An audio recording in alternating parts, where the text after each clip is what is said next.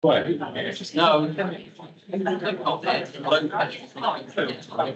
it there until you need it. That's right. Yeah. Good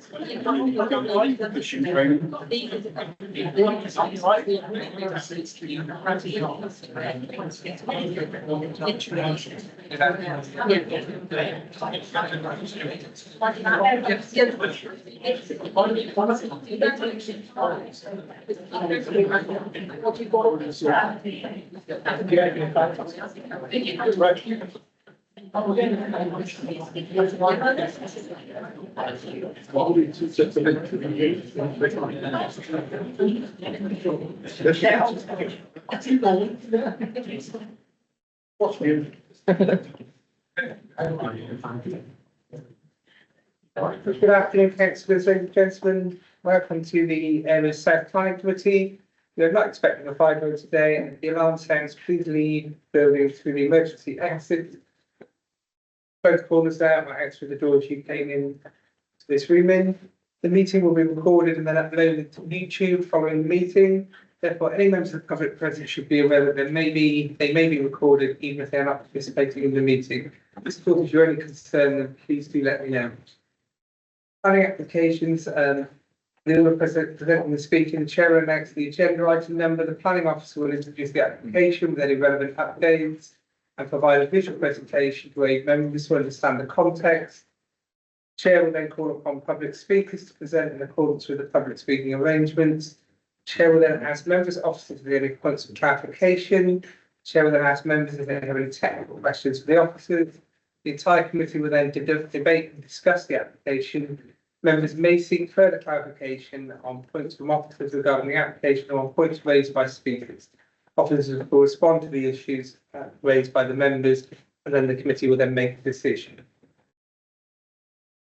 So we start today with apologies for absence. No receive, Chair. Thank you. And the minutes from the previous meeting held on the 28th of May, and members had the minutes, and you all happy for me to sign them as a true record? Agreed. You have a second for that? All those in favour? Thank you. Agenda item 3, any declarations of interest? Do any members have any declarations to declare on any of the items on the agenda today? Let's read Pop Jones. Trying to find the number, the very one first application, my parents' land, can see this application, my family's, owns land, nearby. Is that peculiar? I don't know, I know. Sorry, I get confused. Yeah, will be. Yeah, so that will be peculiar, so you need to leave the room for that. Okay, shall we? Thanks, Lucy. Chairman, members who are long in the service will recall that I was appointed to the charity which used to own the land associated with the fourth application today. And some time ago, this charity was transferred in its entirety to the Somerset Communities Foundation. And just for matter of clarification, I no longer declare as a personal interest in that.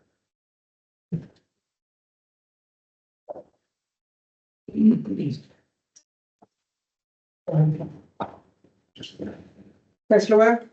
It's a question really, on the Marriott application, which is what it was through SSDC regulation committee. Having dealt with it in the past, should we declare that or not? For the members of the public here, if you have dealt with the matter previously, you might want to say that you have, so you state your name to it.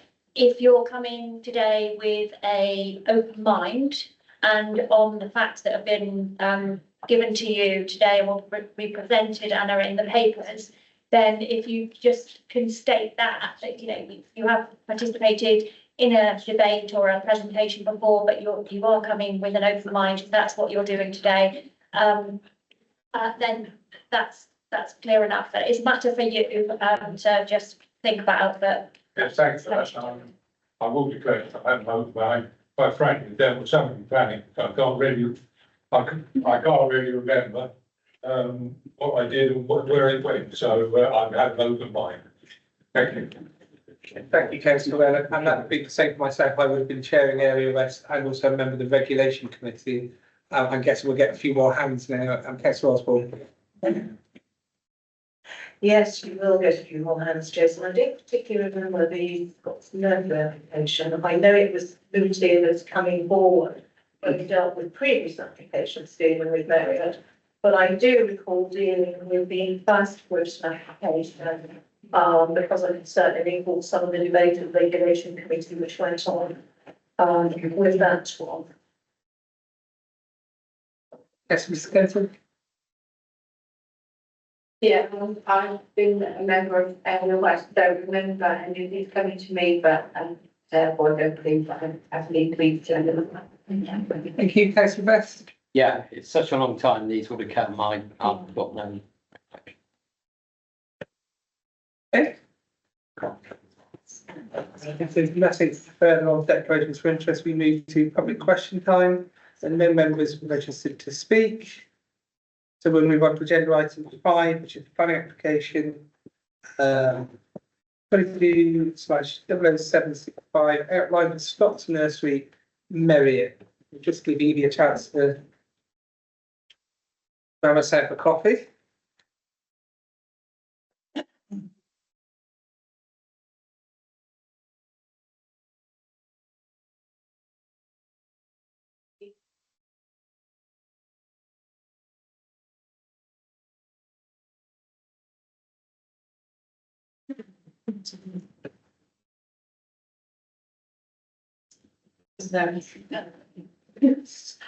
Right, this is an application at Scots Nursery, former Scots Nursery site, High Street in Merriott. It's an outline planning application for residential development of up to 70 dwellings, with all matters preserved for future consideration apart from access, which is to be determined at this stage. So this is the application site. It's a 5.19 hectare site located on the former Nursery and Garden Centre, known as Scots Nursery. It's the northeast of the village centre and to the east of High Street and Sharmore Hill and to the south of Boozer Pit. This is an aerial photograph that shows it in context. You can see the former nursery buildings up in this northeast corner up here, which have fallen into disrepair, and they constitute previously developed land or brownfield land. The site is bounded mainly by hedges, and the majority of the site now, the former nursery comprises grown out and self-seeded nursery stock beds, and some of the redundant infrastructure remains. The bit in the centre, which is this bit here, sorry, I'm not very good at doing this, that centre, that's some existing residential cottages. So, as everyone probably knows, Merriott has a range of facilities, a convenience store, post office, pharmacy, cafe, pub and recreation facilities, as well as a school.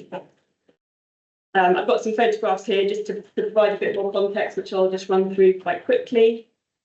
This is on Boozer Pit, and this is the existing main site entrance, and another one. This is where one of the southern access points is proposed, looking on Steinmore Hill. And these are the former nursery buildings within the site, and some tracks within the site. Some of the footpaths and the cottages. So within the site, and as you can see in the middle picture, that has got some of the former nursery plots and sheeting in it. One of the bridleway to the west, another one of the footpaths. And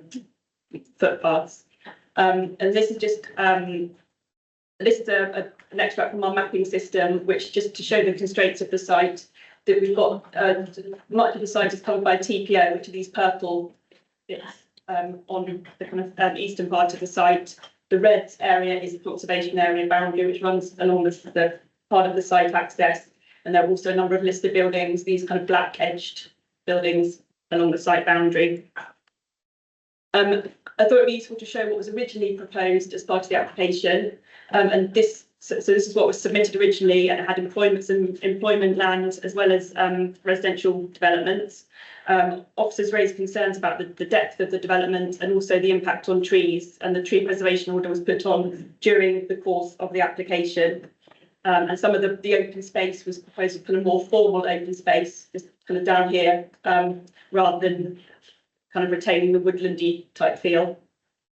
And this just shows a kind of comparison of the land budget plan, which shows on the left-hand side, the plans as originally proposed, and then as amended, which retains more of the woodland areas in the kind of northeast and southeast. So this is the illustrative master plan, which as I mentioned, it's reduced the depth of the developments. And the access to the cottages is retained. The tree planting is proposed and enhanced along the boundary of the site. There are 3 vehicular access points proposed, one up here on Boozer Pit, and then the existing one, and this is another one here, and they serve limited areas of development. There's also a number of cycle and pedestrian access points, with one here which links in with the existing right of way, and this one up here onto Boozer Pit. And there was some concern raised by local residents that the access to that property there wouldn't be retained, but that is retained as existing. And this is a kind of more detailed land budget plan, which shows the amount of green infrastructure and the kind of development pockets, with a kind of village green with an opportunity for a formal play area here, and maybe a pocket play here. I mean, this is the kind of those elements are illustrative at this stage, with the water attenuation features up here and one in the middle which could double up as a village pond. And this shows the net developable areas, and this would be a fixed plan that would be part of an approved plan where the application to be approved. The applicant submitted an illustrative sketch layout just to show how the site could be developed and to achieve the required levels of parking and everything like that. And then again, moving on to building heights, it's mainly proposed to be 2 and 2.5 storey across the site, with some potential for 3-storey elements within the central development areas. Access, as I mentioned, is proposed for approval at this stage, and this is the access plan, which shows adequate visibility displays on each of the 3 entrances. So the main considerations at this stage are the principle of development. As I'm sure everybody knows, the council doesn't have a 5-year housing land supply, which is accepted as being between 2.85 and 2.96 years. So it is a significant shortfall. And because of that, the NPPF advises that planning permission should be granted unless the adverse impacts significantly and demonstrably outweigh the benefits. Policy SS2 requires at least two facilities, and as mentioned, Merriott has a number of facilities. It's also fairly close to Crewkerne, so it is considered to be a sustainable location for development. Merriott has taken quite a bit of development to date, but as part of the site comprises previously developed lands and was in commercial use, and Merriott is one of the larger rural settlements, the scale of development is not considered to result in a conflict with policy SS2. So significant weight should be attributed to the benefit of delivery of housing and affordable housing, and 35% affordable housing is proposed. In terms of design, landscape and heritage, as I demonstrated, the scheme was amended following up concerns by officers, which has resulted in a significant reduction in the depth of the built form. Part of the site, as I mentioned, comprises previously developed land, but obviously the development would introduce built form that does urbanise the development and does alter its character, but that impact is considered to be localised. Tree preservation orders do cover much of the site, but in discussions with the tree officer, the amendments to the scheme were partly to address those concerns, and the tree officer conceded that he was happy for development on those areas of lower quality trees to be redeveloped. And so the density is considered to be acceptable. And in residential amenity terms, the site, that element would be just kind of considered at reserve matters stage, but it's considered that an acceptable scheme could be delivered.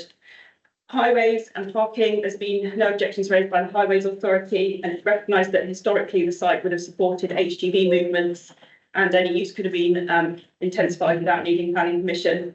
It's been demonstrated that sufficient parking can be achieved on site, and the Highway Authority considers the proposals to be acceptable in highways terms. Then in terms of ecology, Somerset Ecology have been consulted and confirmed they don't raise any objections on ecology grounds, and there's an adequate phosphate solution which would be secured by section 106. So that's taking all that into account. A balancing exercise has been undertaken as detailed within the committee report, and the recommendation is to approve subject to conditions and the section 106 agreement, which would secure affordable housing, a contribution towards the NHS, education, as well as other contributions, which is set out in the committee report.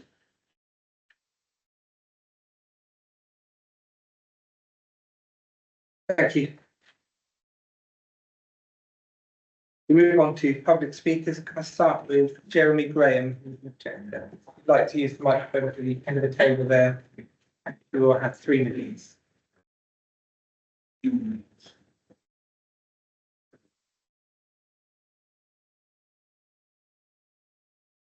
Before I start, let me check that there are 3 images that will be available to view. Yeah. I've got this and then the photographs, so I don't know how you want me to go through them. Right, thank you very much. Good afternoon.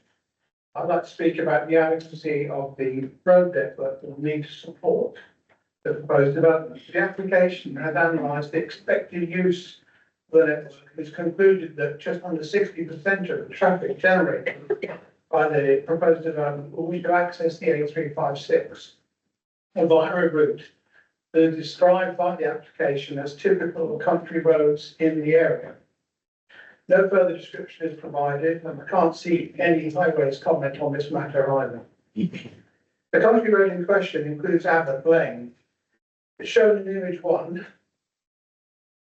And this section of the road network narrows to a little over 3 metres and is really no wider than 4.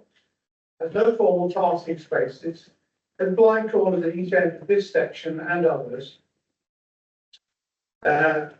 And the road network leading to Abbott Lane is a little better.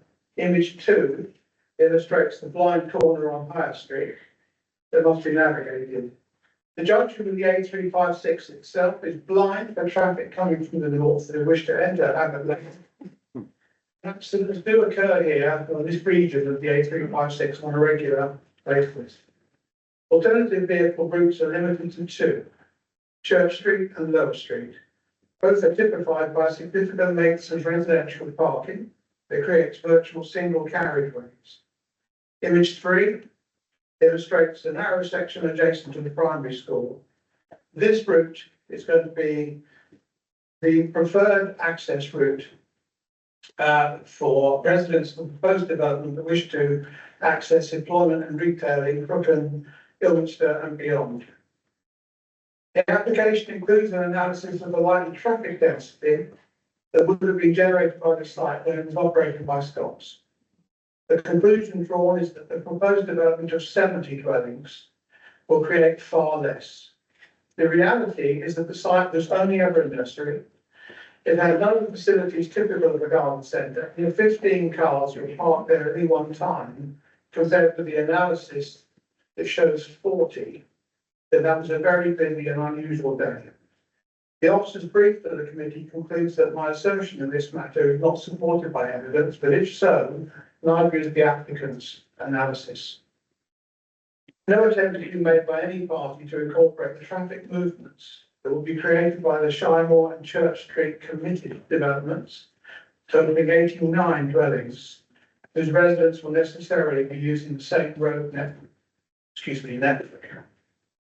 I suggest the road network necessarily serving this site has not been reviewed in sufficient detail or to have been assessed as adequate for the scope of the proposed development. Thank you, Mr. Graham.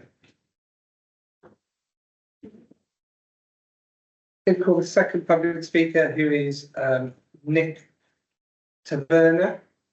Hope I pronounced that. Who's also an objector. Thank you, Mr. Chairman. Thank you. It's Nick, no, actually. My apologies. Right, good afternoon, everybody. in line with the email I sent to the council, I would like to bring everybody's attention to the actual title of this planning commission. And the title states, Outland Planning Commission for Residential Development of up to 70 dwellings with associated work, and in brackets, details of access to be determined. During my lifetime running a business, before one starts to plan something, one really needs to know all aspects. And as the previous speaker says here, one of the biggest problems with this housing development is the access. With the two roads coming off the A356, as the previous speaker mentioned, the visibility very poor, both of them actually have signs. And looking on the internet, it says that HGVs are not permitted beyond this point. I also read with interest, it says these signs are giving an order, not a request. Bearing that in mind, that reduces the possibility of articulated lorries and heavy plants needing to access developments coming all from the other side, which the access areas I previously said, in some ways, due to cars and very tight bends, it's even worse. One example previously we did mention is actually was the border on Boozer Pit. Again, it's barely 3 meters wide, 2 cars on pass, and then there's a right hand bend that an articulated lorry couldn't possibly get around anyway. In the world I've lived in, I think before this is actually given serious consideration, this major problem of access should be seriously addressed. Thank you, Mr. Chairman. Thank you. Will I please call Ian Hall from Marriott Parish Council? Good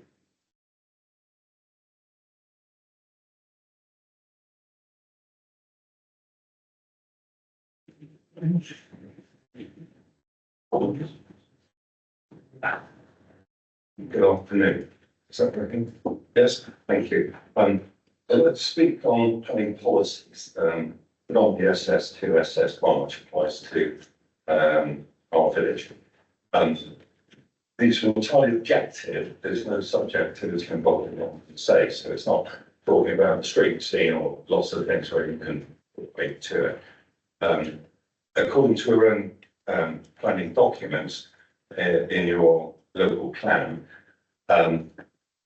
it is very clear, and it says that policy SS2 relating to the hierarchy of rural settlements, which is ourselves at the very bottom, that development in rural settlements will be strictly controlled and limited to provision of employment opportunities, creation or enhancing community facilities, or meeting identified housing needs. This actually doesn't apply to Marriott at all. All the housing needs that we need, affordable homes, are already covered, as one of the previous speakers mentioned. The council's own housing department's housing needs survey funded this. Yes, this Marriott as having only one applicant for social housing. This Marriott of 16 in the second and third choice, and including all the surrounding villages, there's 22 requests on the home find list of social housing.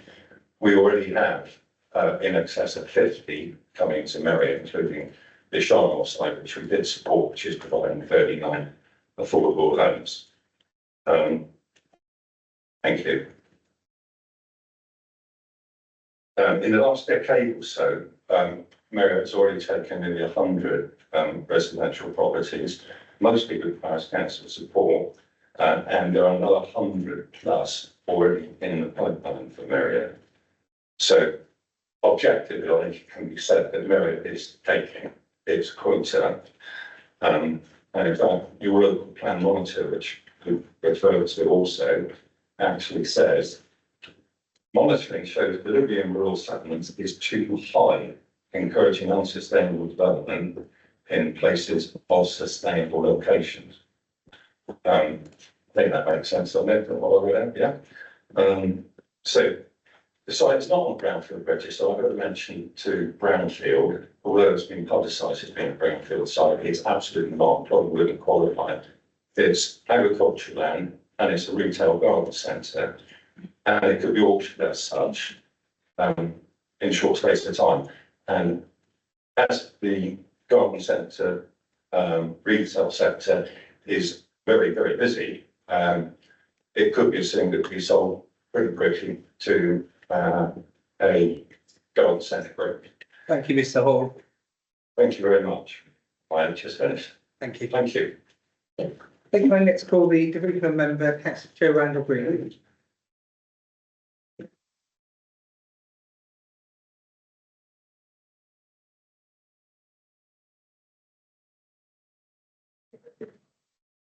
Good afternoon, members. As you've heard, this site was not actually a garden centre but a nursery. And there are some buildings on it, but most of it is put over to flora and fauna, and it's been derelict for quite some time, and there really are some wonderful species and a lot of wildlife on this site now. I notice the officers concerned regarding the extent of development, and policy SS4 restricts individual development and rural settlements 1 hectare, so to protect the character of these communities. And this proposal covers 3.15 hectares, which is way over the 1 hectare. You've heard about the traffic from Jeremy. I think that the proposals for these access roads out onto the narrow country roads, just imagine with waste lorries, delivery vehicles, people going to work and to school. I think it is totally inappropriate to have all these access roads leading out, and particularly people going on to the 356, which is on that very, very dangerous corner. The 35% of affordable housing proposed, and yet the occupants of those houses are not included in the calculation for the doctor's surgery. There is no doctor's surgery in Merriott. We tried very hard and we cannot get a doctor's surgery in Merriott. All the residents have to drive to Crewcombe, and some may go elsewhere, but mostly they go to Crewcombe, which is at capacity. And I'm going to quote you from the letter from the NHS, which said, the current combined medical centres providing primary care are up to their capacity and will not be able to absorb the increased patients arising from the proposed development. This is of huge concern because we have seen that there are now 186 approvals in Merriott, and with this 70, that will bring it to 256, which is nearly a third increase on the population. And we all know how difficult it is to get a doctor's appointment if you want to buy a house where you couldn't get any medical help. The development is expected to be commensurate with the scale and character of the settlement. I don't believe this proposal is. It's contrary to policy SS2. I ask you to refuse this application, and I think I'd like you to look at policies SD1, SS2, SS1, SS4, EP3 and HD2. And I think that it is contrary to these policies, and I ask the committee to refuse this application. Thank you. Thank you. Could I ask for the agent, please, Stephen Bainbridge? Thank you.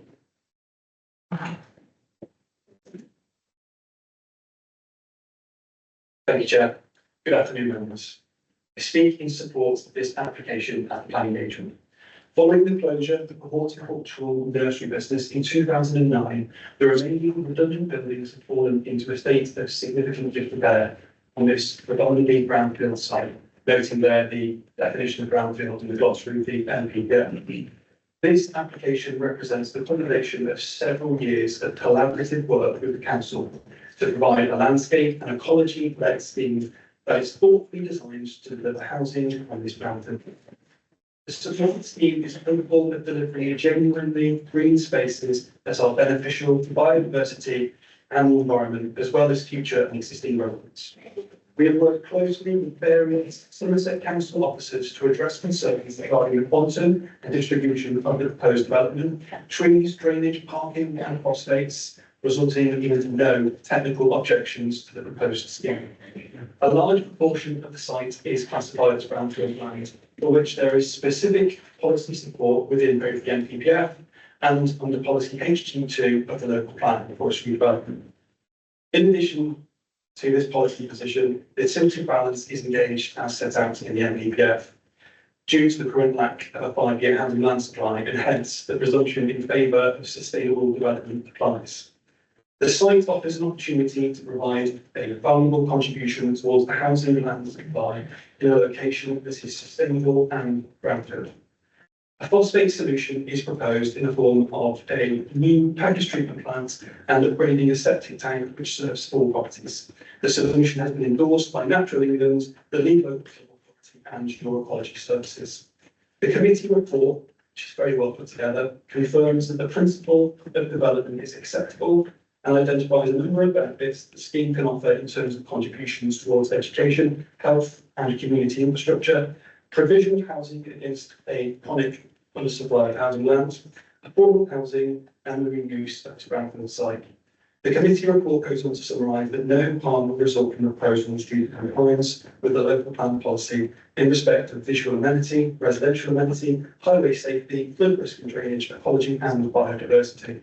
Accordingly, there are no adverse impacts that would both significantly and demonstrably outweigh benefits, providing these 70 dwellings in a sustainable location, as is the test. The site is capable of being brought forward quickly and can make a meaningful contribution to land supply. Furthermore, it is an attractive prospect to small and medium-sized developers.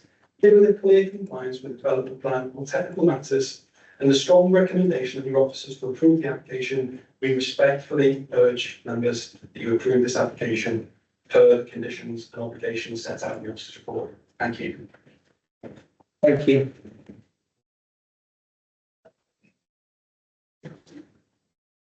Catherine, is there anything you'd like to clarify from the public questions? Probably not at this stage. I'll just see if members have any questions. Okay, thank you. Councillor Holbrook? Mr. Chairman, I'm sorry to do this, but we need to follow the law. This is a point of order, and under section 63 of the Habitat Regulations, the following 4 headings should be in every planning application, and they're not in this case, or in the other 2. It's been backed up by the High Court. It's under section 63. It states there should be screening, assessment, consultation, and integrity tests as is in the planning application. I'm very happy to take questions and discuss this with the legal officer beside you, but at this moment in time, it is my belief that this application does not meet the mitigation requirements.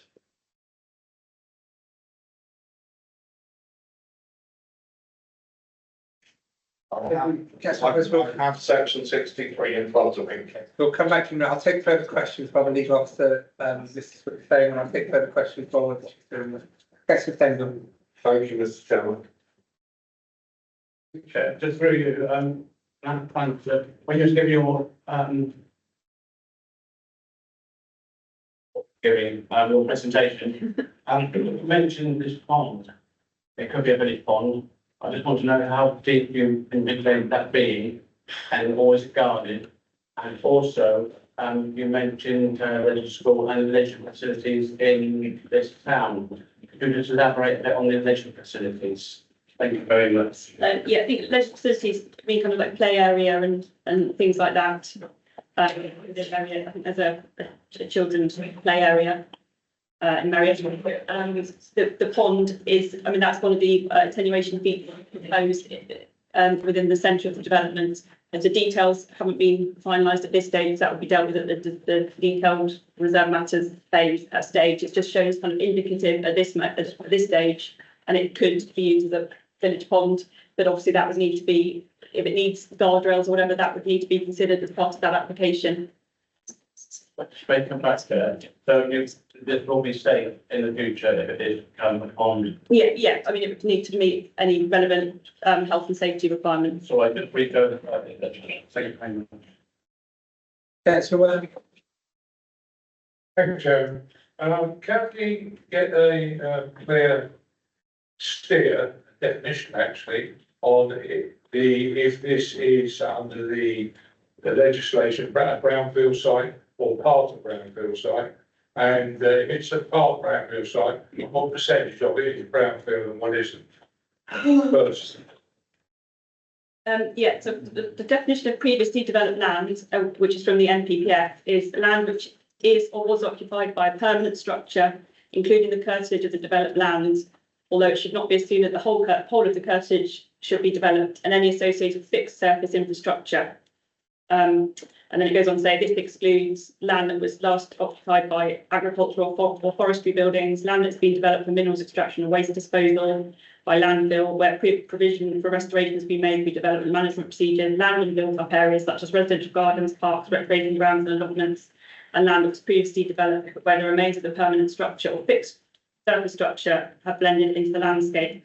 In terms of the proportion, I don't have the exact figures to hand, but if I go back to the presentation, I can probably try and show their photograph. Oh, hang on. Oh, sorry. Oh, I'm sharing, sorry. Too confusing, hang on. Hang on, I can just go back. Wait, I'm not tuned to the camera. Sorry.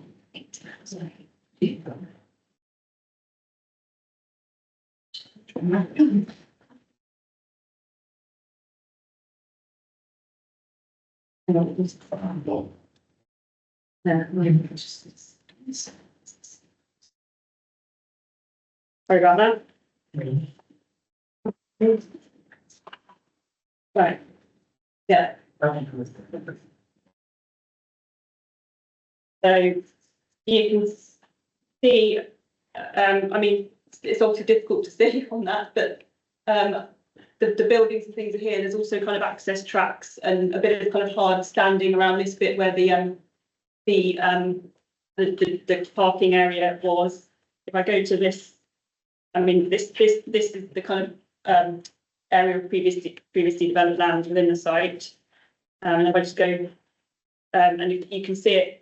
This is kind of the existing layout. You probably can't see it very clearly on there, as we have this problem sometimes, don't we? But members should see it on their screens. And then the development area is, so the previously developed land was kind of over here with some areas of parking around here. And then that shows the development areas. And I think in the report, it does say part of the site is previously developed. It doesn't say the whole site is previously developed land. Thank you. Can I ask another question?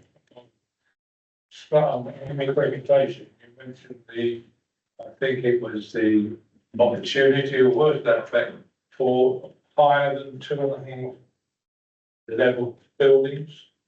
Was that effect? Can you explain, that sounds a bit vague to me. Okay.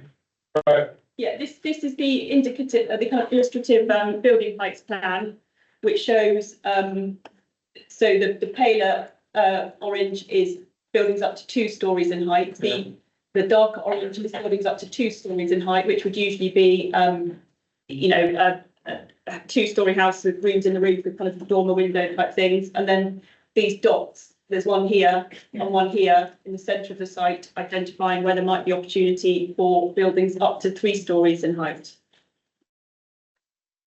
Yes. Would that have to come to the next hearing rather than this one?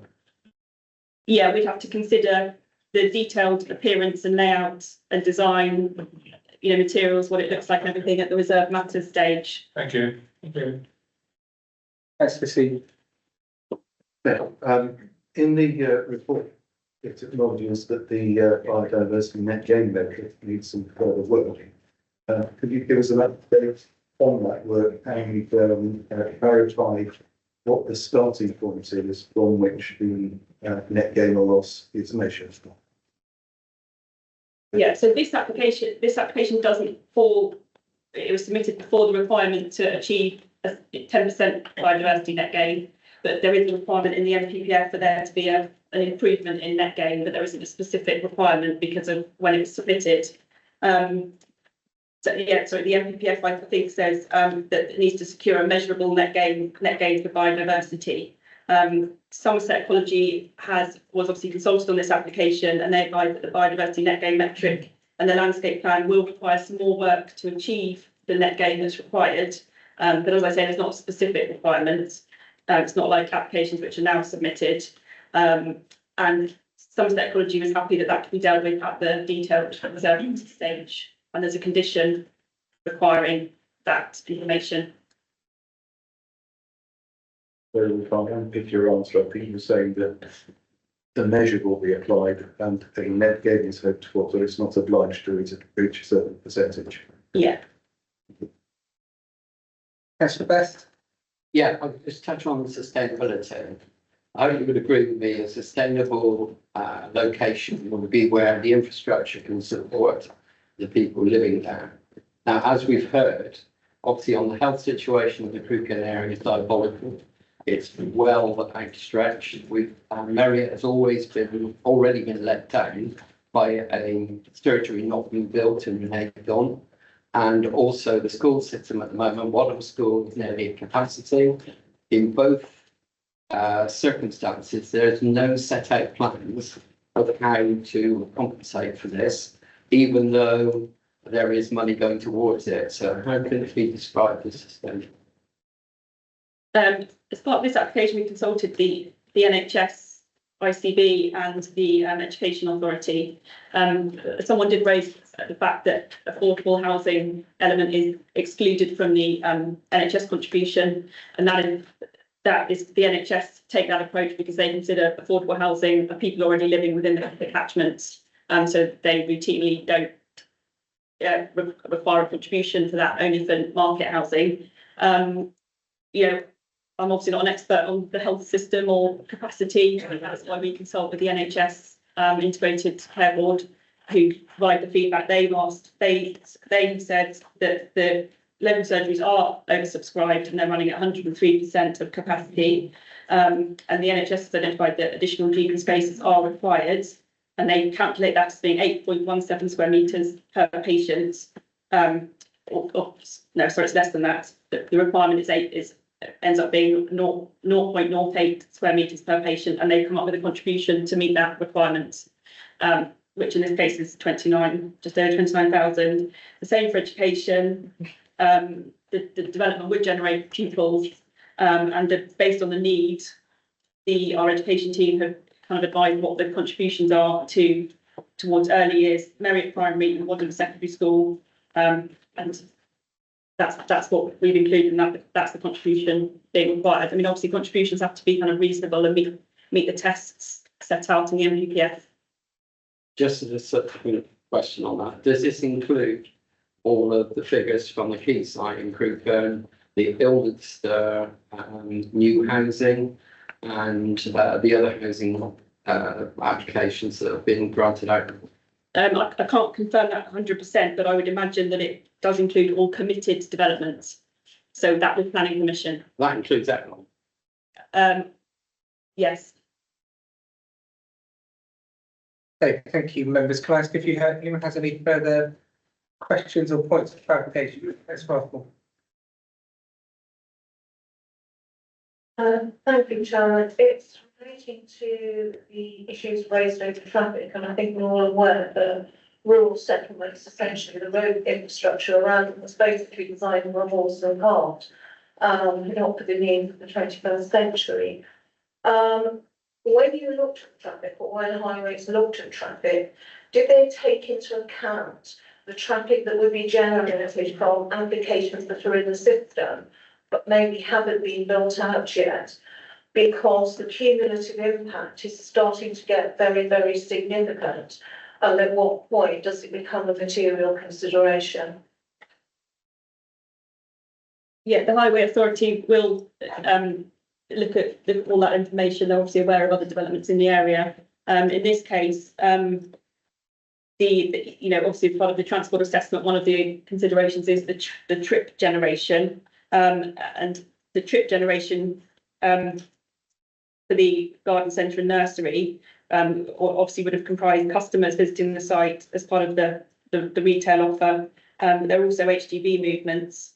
What the kind of, as Jessica has set out in my report, whilst no survey data exists from the time that the garden centre was operational, the applicant's highway consultant, using industry standard calculations, have estimated that over the course of a day, the trip generation could have attracted up to 600 movements, local residents have indicated the site did not attract significant customer traffic, but it's not possible to verify that, and the use of the nursery could have intensified considerably, even if that were the case, without the need for planning permission. So that obviously forms a kind of baseline position. Yeah, what I was trying to drive at was there were already a couple of planning permissions which actually went to appeal. I think those of us on Area West will recall the developments for the land in the middle of Marriott itself. We turned them down at Area West, but they were lost at appeal. A couple of reasons. I don't know if those have been built out yet. I don't think they have. So I think prospects will have got in the way. But those will also need to have been taken into account as they will need to access onto those very roads. But the garden centre site will be accessing on, and hence that's what I mean by cumulative impact. Has that extra movement been factored in? As you can hit a point where it suddenly gets to a point where it will affect residential amenity and safety. Yes, and I believe that was considered within the transport assessment that was submitted with the application as well.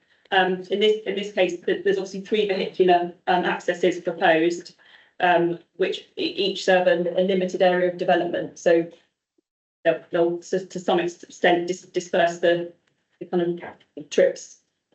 They won't all come out the same way. Thank you. I'm now going to allow Paula to answer Henry's question. Councillor Hobhouse raised about the habitats regulation assessment, and I will go to planners just to check. But within the report, there is comment received from Somerset Ecology to do with the HRA. It's HRA endorsed, so that would be done. It isn't something that has to come to committee, the assessment. It can be done as part of the assessment by the planning officers of the application. It appears that has been done, and that's where the phosphate mitigation secured through the 106 is being put forward. Mr. Chairman, the High Court said, and I quote, that until section 63 steps are set out above are not confined to decisions about whether to grant planning or outline planning permission, and also to decisions whether to charge conditions in planning permission. And if no such assessment has taken place, I can see nowhere in this report where those 4 steps are followed as they're supposed to under section 63. And I can see no written thing which says we have done an appropriate assessment. All I can see is John Stobbart's comments, who happens to be a Natural England officer. And I also want to quote further down. Hold on 1 minute while I find the section. The case law is also clear that precautionary approach applies at the appropriate assessment stage, which means that the assessment must be particularly robust to a high standard of investigation based on the up-to-date scientific knowledge and not based on the bare assertion of an expert. I quote the law. I just thought I'd come in. I'm service manager for development management for the Port of Somerset. So I'm looking at standardising our approach. So in terms of what needs to be done, there does need to be an appropriate assessment. It's called the Habitat Regulations Assessment. The Habitat Regulation Assessment gets composed and signed off by the competent authority. So that is the council's ecologist in conjunction with Natural England. So within the content of the officer's report, you have got the county ecologist's comment verbatim. You've also got confirmation from Natural England that they are satisfied to endorse the Habitats Regulation Assessment. So the assessment has been undertaken.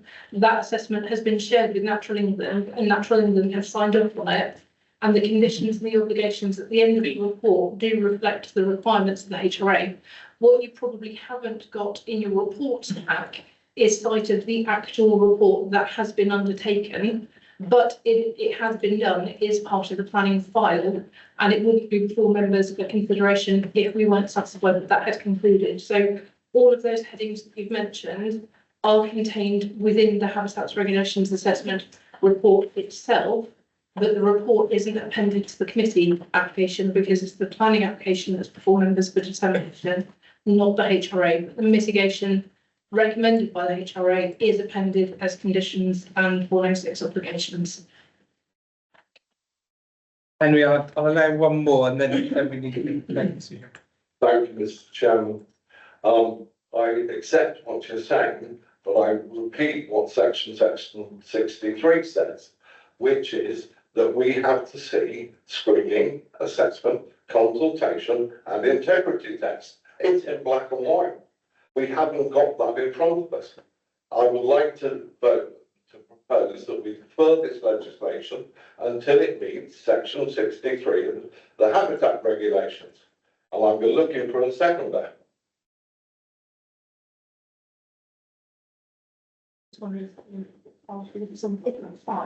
Then members should have reviewed it before the meeting. Do you want to say that? Well, I'm just checking. Is it? Okay, Henry, I accept your proposal. I Before we also go- have a second. Before I go any further with that, I accept the councillor message as the seconder. We're just going to pause for 5 minutes. We can just check the public papers and see what we can find in there, and check see whether it's available or not. And then we can make a final ruling on whether that needs to be done. But your proposal is on the table and has been seconded, so that will come to a vote once we've received the further advice from my legal department. We will come back at 5 to 3.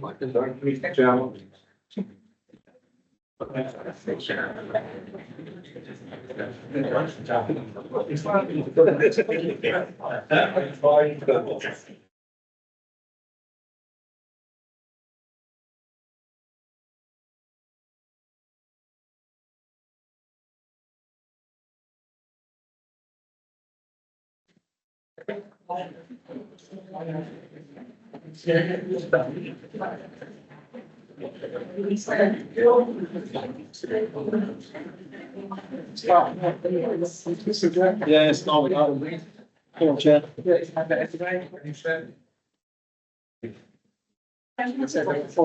A long time. 20 years.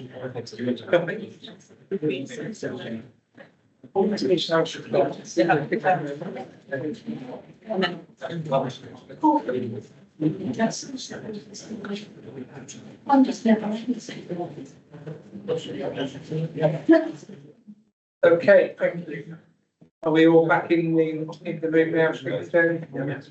Who's missing on the evening? Okay, thank you. Thank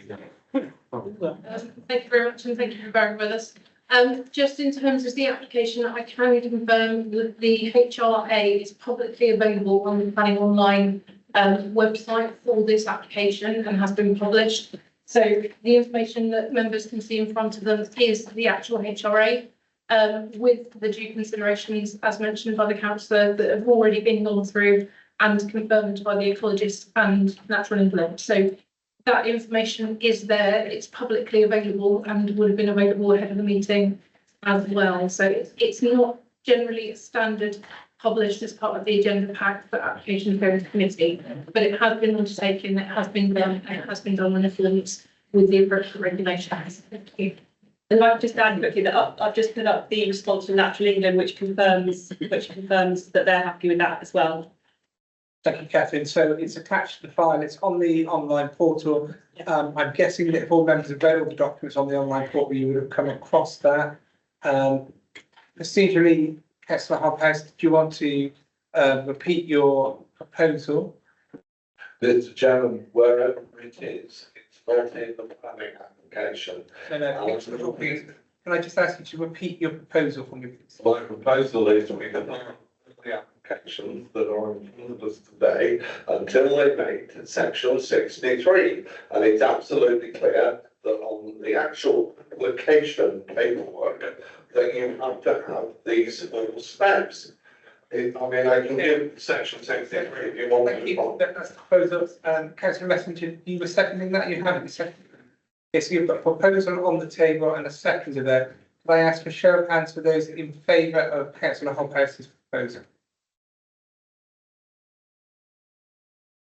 Okay, those against, And those abstaining? Have you got one vote? Okay, so that's, that motion falls. So we'll move now into the debate. Councillor Ware? I did have a hand up before, the question of the officer, permitted? Yeah, we're moving into debates. If you wish to ask that question, then. Yeah, it is actually on the hierarchy of settlements and how we, the officers explain the fact this rural settlement is being treated against what it says in our local plan. Oh, yes. Chairman, this is quite a sort of common discussion point at committee where Area South has got a large number of rural settlements and doesn't have a housing supply. Now, the original idea behind SS2 was that in a world where housing supply wasn't a factor, you would match need and supply based on a local community. Because we don't have a 5-year supply, SS2 has got more limited weight attached to it. And actually the issue for us is our local plan is not delivering district-wide need, let alone local need. So it's very difficult for us to argue about local need based on housing needs assessments in a particular parish when we have a district-wide failure. And I think probably from your own patch, you'll see there fields in Tatworth, for instance, where the level of need wasn't a major factor for the inspector at a hearing. It was more about landscape considerations. So local need is going to be a real struggle for us to actually defend when we can't show that we've actually got a strategy to deliver the housing that we need to do across the district. Thank you. Thank you. Okay, thank you. As we move into debate, you would like to, Councillor Osborne? Thanks. So I'm not sure this is necessarily a debate. It might fall as another question, but it's what I sort of raised with you, is the consistency stroke, the lack of consistency in terms of securing affordable housing provision, that isn't contained within the conditions. Okay, it might be within a 106, but I don't really see it being a 106 here. Whereas by contrast, when we did an application for Millwall Report, I think it was 2 months ago, and I read the report for that and the conditions, that it was very detailed condition within that report in terms of the number of affordable houses, the mix, the types of houses, and even down to the allocation that it should really be for local people first, rather than a home finder free-for-all. Yet there's nothing mentioned on this particular application. And I do feel at times we need to have some sort of consistency in terms of how conditions are dealt with and in terms of perhaps how reports are presented. Yes, so in this case, the affordable housing, as is usually the case, is usually or is dealt with by section 106, which is detailed within the recommendation, and the response from the housing officer is kind of noted within the consultation summary responses, and the consultation is online, which does detail the mix and unit size and everything like that in more detail. But yeah, I mean that's perhaps something we want to consider how we Yeah, to be honest, I think that's a formatting issue, really, for us to take away. The provision is there, as Catherine said, that the heads of terms clearly say affordable housing feed back to the consultation, because the mix that we're looking for. But equally, if another officer has written a head of term, which also includes the mix, you have it sort of reinforced at that point. So I think that's something for us to take away. I don't think we've lost anything. It's there. But I think in terms of clarity, it might be worth us thinking, and again, with Dawn now in post, it might be worth us thinking about making sure that the 4 areas are fairly consistent in terms of how they report heads of terms and in their recommendations. Thank you, John. That would certainly be helpful. But going one step further, there's a lot of affordable housing being built in sort of small hamlets, small villages. But there isn't, for some of them, we used to have, certainly in South Somerset, for some applications, we used to have what's called. Councillor Osborne, can I ask you, this is specific to this application, or this is This is something you want to? specific to this application. because there's usually demand or latent demand, which we can never measure because people move away. But there is a case because they can't afford to live locally, but would like the opportunity to come back if it was ever presented.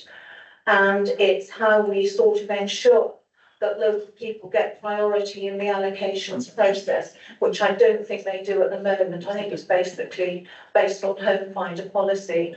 And at some stage, the two probably need to join up. I think that's probably a discussion to be had with housing colleagues about a common housing policy.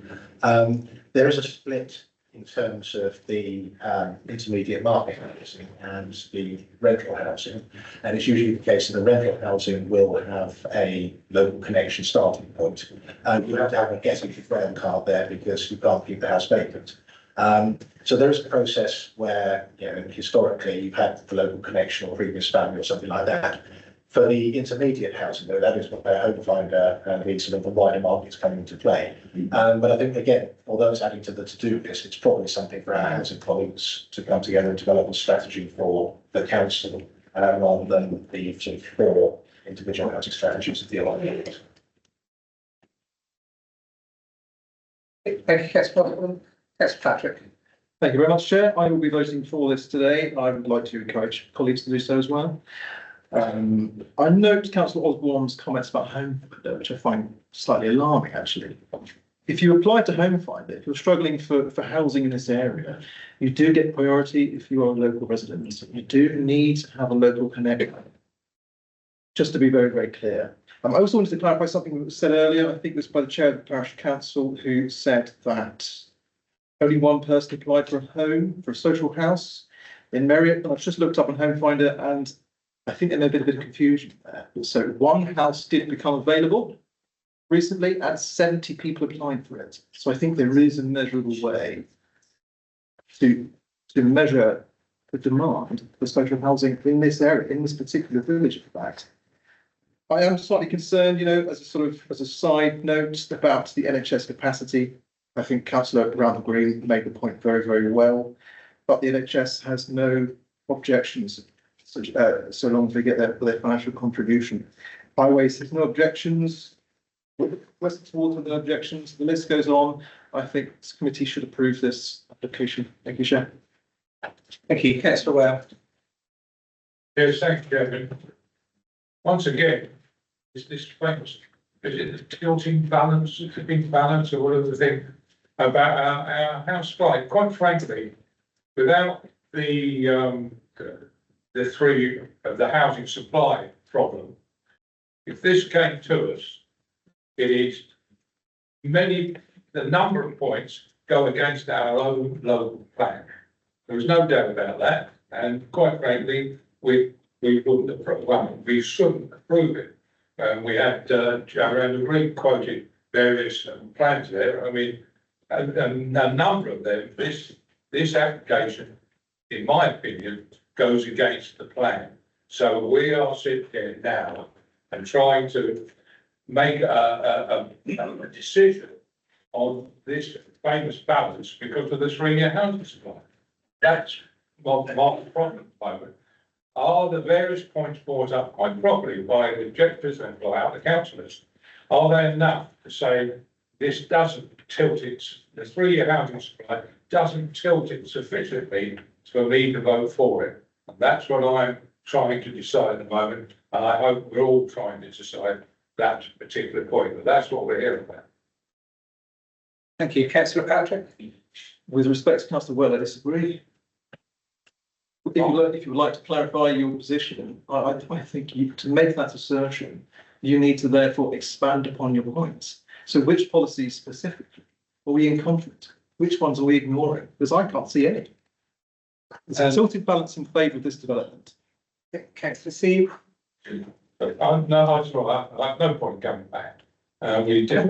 Chairman, I feel I ought to punch the bruise, but not necessarily to do with the arguments about this particular development. I think the tilted balance itself is flawed. We have to work with it. Yeah. But fundamentally, we only actually increase the housing supply if we restrict the children balance to thought applications and reserved matters. What we do by increasing, by approving outline applications is we increase the land supply, not the housing supply. And I think it is one of the points that I for one would be attempting to lobby the minister on, because I think it is cruel and unfair, but it is the way of the world at the moment as we have it. The outline application before us approves development on the land. It does not actually approve specific houses. The details are reserved, so we have to wait for the rest of the application to go through. All that we're certain about is that this land will be used for housing, not how many houses we'll get. Having said that, got very little wiggle room, and I will be submitting the application. Thank you, councillor Hogarth. And now I'm going on the same subject. We have failed to carry out the correct procedure. We are open to judicial review. And I wish to point that out, I will be voting against this application because I don't want to open up this council to judicial review. Thank you. Thank you, councillor Curley. Thank you, Chair. Well, with a bit of a heavy heart, I think I will also be supporting this application today. Just to go through a couple of reasons for that. I think that we've had some great arguments, particularly around traffic, but I have to say that highways have given us no evidence to back that up. They are the statutory consultee. We have to go with what they say. Just to touch on the 5-year land supply, it will lead to overdevelopment in our rural settlements. We've had this debate before, and I feel with a very heavy heart for those settlements that are being overdeveloped, but we have to be legal, and I'm afraid that is the reality of not having a 5-year land supply. One of the other objectors did mention that it would be quite nice if it was sold as a going concern and it went from being a nursery to a garden centre. I would suggest that if that did happen, actually it would need to be upscaled somewhat to be commercially viable, and actually it would be a fully working garden centre with the vehicle movements that would go with that. And the final point I just want to come on to do with the doctors and the schools. Whilst we have an obligation to provide infrastructure, we are not responsible for the staffing of that infrastructure. And that is where most of these problems, especially in the NHS, is coming from. And I would imagine, I don't know for certain, that that is one of the issues that they're having at Crewcombe, because it is the same at almost all doctor surgeries. We, as a planning authority, cannot have any input onto the hiring of staff, which does appear to be where the problems are. So, as I said, with a heavy heart, I will be backing this application. Thank you, Chair. Thank you. If there's no one else that wishes to speak, councillor Osborne. I think one of the things that also needs to be borne in mind about this site is that it is, whether you call it brownfield, part developed, whatever, it isn't sort of greenfield, and it still does sit on the edge of the village, and has been pointed out by others. A lot of our settlements are facing development. I've sat here and seen it happen in my own. So Marriott's case is not unique, I'm afraid. And I don't think there's enough there that would enable you to win in the event of an appeal. Don't forget, we did appeal on the 2 bills that sat in the middle of the village itself, with good reason, and we lost those appeals. And I think in the event where it goes to appeal again, I'm afraid you would probably lose based on the tilted balance, and the less housing supply you have, I guess the more tilted that balance becomes. And I think the local plan, in terms of the settlement hierarchy, that was undermined some time ago by some of the earlier decisions that we've seen come to pass. There's still applications or sites can fail to come forward because the conditions can't be discharged, or there is no agreed reserve matters plan comes forward. So it's not necessarily the end of the road full stop. Because of those other factors, but at this point, all we are doing is agreeing principle of development, and we do have a policy even within S4 of looking at brownfields, part developed ahead of greenfields, so it comes forward in that. And that's all there is to say, really. And in terms of the traffic, it may well be at a later date, and again, this is not a planning matter as such, it's one for highways. because it's a technical one, is are there any sort of traffic schemes mediations that could be brought about in Barton to ease some of those issues? Thank you, councillor Patrick. Sorry, in Marriott, I do apologise, that's on the back. Thank you, Chair. I would like to propose that we accept the officer's recommendations to approve this planning application, please. Councillor Patrick, as you seconded, councillor Fairley. Councillor Curley seconded. Can I have a show of hands for all those in favour of the proposal to accept the application?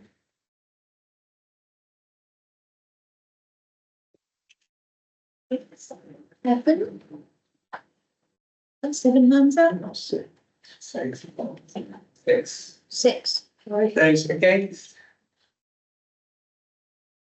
5. The abstentions?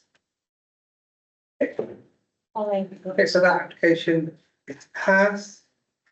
Thank you very much, members, for that one. We move on to agenda item 6, application 19/006 55 outline and members may say text messenger. We're not having a break, so if you leave at the point, players calling to the motion. 6 and 5. Yeah.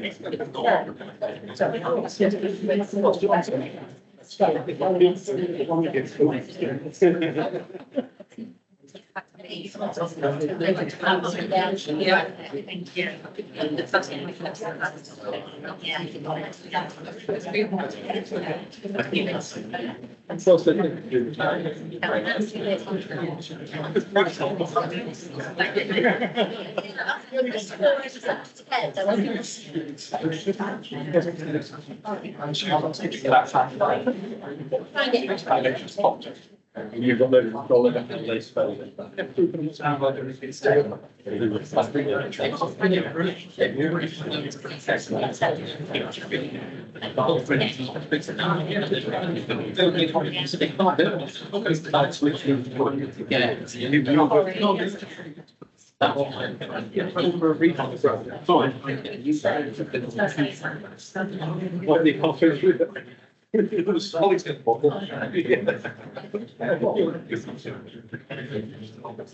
See the headlines.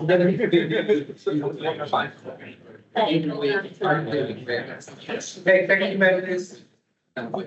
We're now looking at the Broome Road foot application 19/00655 outline, and I'll hand you over to Colin. Chair, just joining today's meeting, 2 seconds.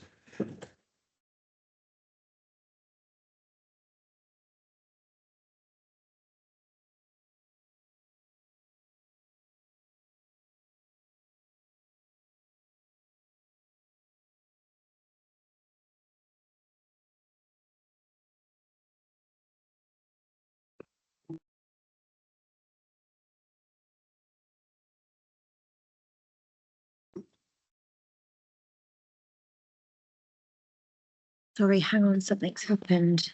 Somebody unplugged something. When's the only, I don't want to point fingers. But The owls have gone off. Somebody's unplugged the owl. the only one to be near the socket. I just plugged something in.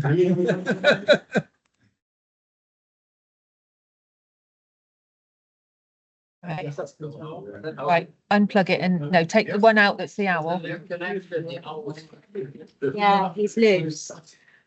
Yeah, but you might have to unplug it and reset it. Right, so unplug it here. No, in do my it at the, laptop. do it at the, Yeah. oh, hang on, Steph, hang on. We're back. There you go. We're back. Yeah.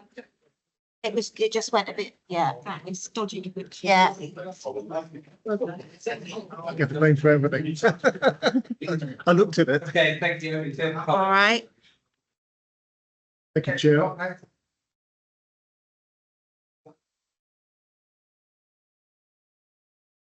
I'm still not quite there. Little camera on. Oh, yeah. Yes, sorry, it's not picking up. Yeah. Your laptop can use the one camera. You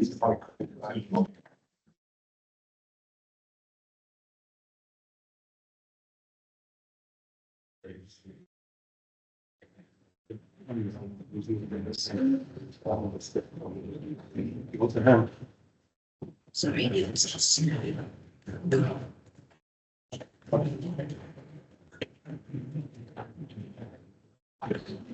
That's not that big, is it?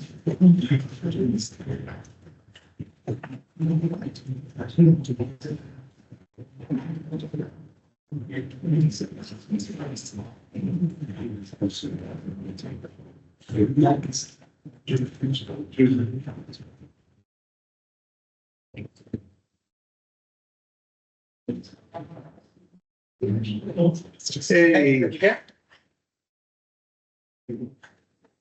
Thank you, Chair. This is an outline application for up to 60 dwellings with all matters reserved except for access. This application was approved by the South Somerset District Council Regulation Committee, subject to a Section 106 agreement. However, the application was caught by phosphates and the requirement to provide phosphate mitigation solution, and permission was not issued. The applicant has now found an agreed solution through the purchase of phosphate credits and the installation of an adopted PTP, which requires additional conditions to secure the mitigation. Hence, the application is returned to committee for its resolution on adding these conditions. In addition, the NHS has made a request for contributions towards the local doctor's surgery of £26,670, which the applicant has agreed to, and it is requested that the committee resolve to include this additional clause into the Section 106 agreement.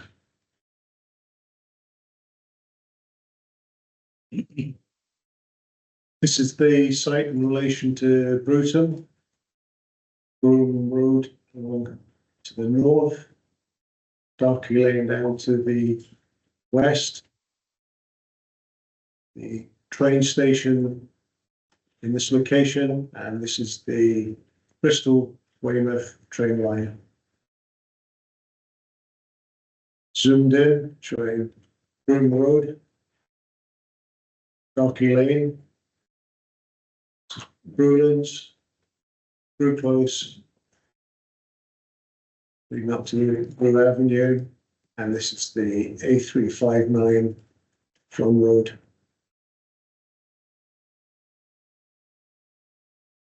It's an aerial photograph just showing the site in context with Bruton. And then that aerial photograph zoomed in slightly. This is the red line of the location plan of the site. This is an indicative master plan layout that shows that up to 60 dwellings could comfortably be incorporated in a layout. This plan is not part of any approved drawings and will be subject to this application. Shows the access point here off of Broome Road. This is the pedestrian access onto Darky Lane. It incorporates the attenuation pond, public open space, and a lab.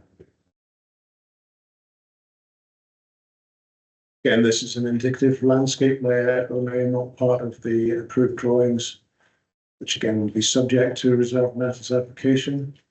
Indicates the site can benefit from significant tree and hedge planting. This is the access drawing showing a simple T-junction with visibility displays. The Highway Authority are content that this access point can be achieved without detriment or safety issues to other road users.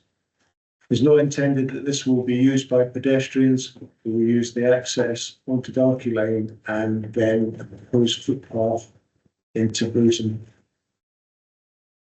This one shows the off-site highway works, which include the upgrading of the surface on Darky Lane, pavements along Brougham Road, linking into the existing pavements at the junction with Frum Road. There's the priority signage, gateway feature, vehicular activated slow down sign, and this is the pedestrian link into the site. This photograph looking down Brougham Road at the junction with the A359. This is the existing footpath on the right here that will be linked into a new footpath going down Brougham Road. Looking north up the A359 at the junction with Brougham Road. It's looking west down the A359 with Brougham Road to the rear. Looking down Brougham Road with Brewlands to the right behind the bank. The proposed footpath to be created on the right down here. It's looking along Brougham Road with the site on the right here and proposed access further down on the right here at the apex of the road. Looking south over the site from the existing field access with Bay Close, which is a house to the right. It's looking east over the site. A view over the site. Looking east over the site from the existing field access, this hedge goes down along Brougham Road, access point in this location here. It's looking north towards Brougham Road, this hedge along Brougham Road. It's looking north towards Brougham Road with Bay Close on the left and the existing field access. The proposed access is in this area here. This is a view of Bay Close taken from the field. Looking west towards Darky Lane behind this hedge.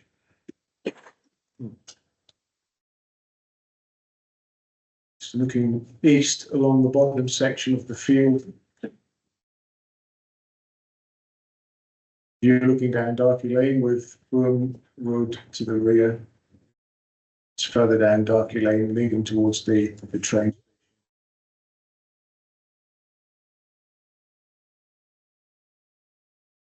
The principle of development on this site was established by way of resolution to grant permission by South Somerset District Council Regulation Committee, subject to Section 106 agreement and conditions. Section 106 was never completed due to the application being subject to the requirement of a phosphate mitigation solution. This solution has been found, which entails purchasing 3.22 kilograms per year of phosphate credits from the mitigation scheme at Manor Farm in Prestley near Shepton Mallet, and to install a package treatment plant to be adopted by Albion Water. The Manor Farm mitigation scheme has an overarching Section 106 agreement in place, which means that the phosphate credit purchases can be secured by a condition rather than a Section 106 agreement, ensuring that prior to commencement of development, an allocation certificate has been submitted to the council. This approach has been endorsed by SES and also by Natural England. This application is returned to committee to seek resolution to include conditions that secure that phosphate solution mitigation.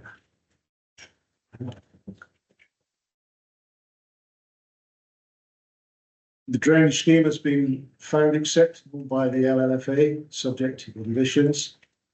The SUD scheme ensures that the site will result in a reduction in discharge rates into the Broom. While the site is located downstream from the Bruton Alleviation Scheme, the LFA are content that with appropriate SUDs in place, development will not result in increased flood risk to Bruton. The Highway Authority is content that the proposed highways arrangements and off-site works are acceptable. Post publication of the committee report, the NHS raised a request for a contribution of £635 for each of the 42 dwellings, totaling 26,670. The applicant has agreed to this contribution and recognises the dire situation that the NHS finds itself in and the need to contribute. If the committee is minded to approve the scheme, it is suggested that an additional clause is added to the Section 106 agreement to secure this contribution. On the basis that it is considered that this is a sustainable location and no objections from technical consultees, and in taking into account the council's lack of a 5-year housing land supply and benefits of providing affordable housing along with market housing, it is recommended to the committee to approve the application, subject to the additional conditions to secure phosphate mitigation and the NHS contribution added to the Section 106. Thank you, Chair. Thank you, Colin. We move to public questions, and we start with Leslie Atkinson. I believe still with us online. I know you're here.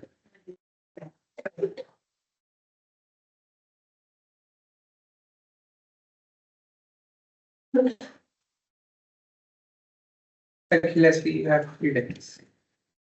Thank you. I've got 3 points that I'd like to raise, please, that are of significant concern. The first, I want to raise the issue of pedestrian safety.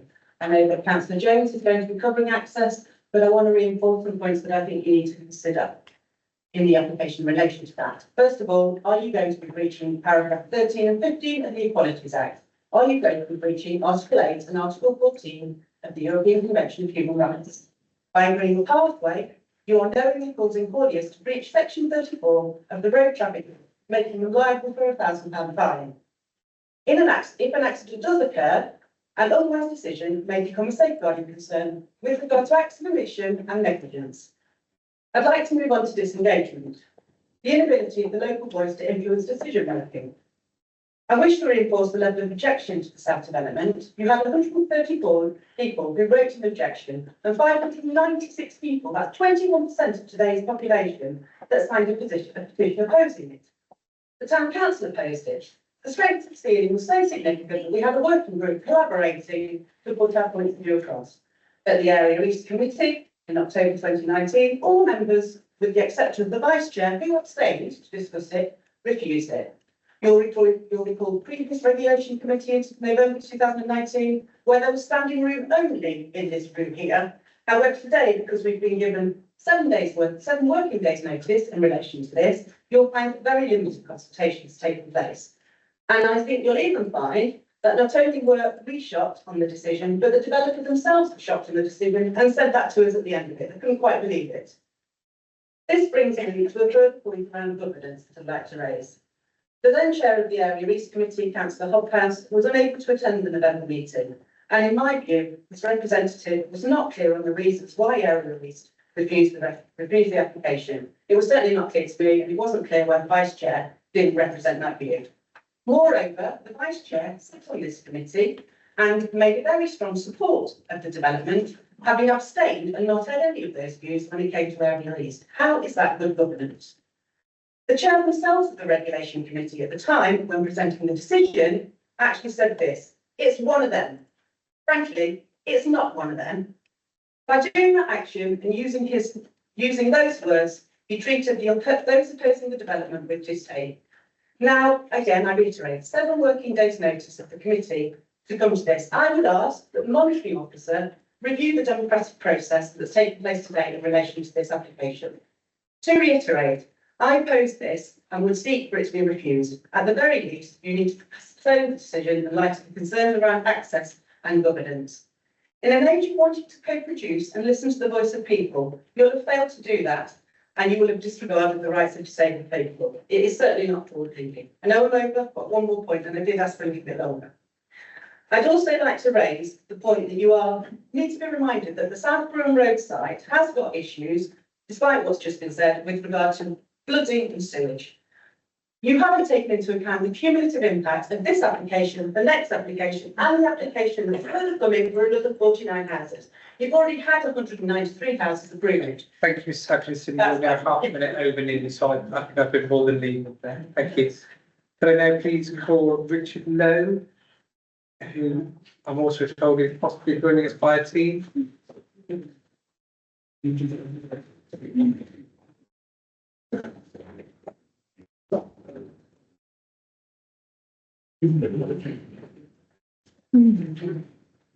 Can't see anyone if that's. Richard, if you are online, can I ask you just to unmute and speak a second?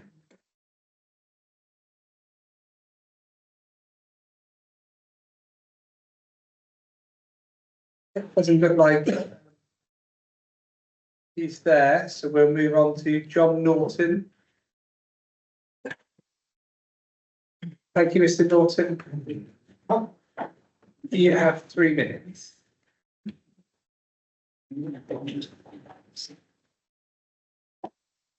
I have lived in Britain since 1959. 57 years ago, my wife and I moved in Zero House. I'm very pleased that we did get service from photographs for the Cherry House. It's otherwise not been mentioned, and it is a listed building, something that has not been mentioned in the applications. Mostly it's years I've been a dog walker. I've probably walked on this stretch of road more than 10,000 times. Pedestrians using this road often consist of a party made up of a mother accompanied by any combination of 1, 2, or 3 of the following: a child with a tram or buggy, a child on a minicycle, a child with a scooter, a toddler, and a dog. The old cycle riders joystick at a fair speed downhill. Such a party will find little comfort on narrow pavement. Cycle and scooter riders may well go off when a similar party of met come from the other direction, buggies, cyclists, etc., you have to move into the road, possibly into the path on the traffic. Those used by many large and modern vehicles, agricultural transport, and cyclists of all ages and fitness. It's a very popular cycle class. It's very effective exit from the country good. At present, one vehicle find it very difficult to engage at the corner when passing from Broome Road to Broome Road, having to go onto the glass bank on the south side, or on the pavement on the north side, causing danger for pedestrians waiting on the cross road, and they come perilously close to the hotel house.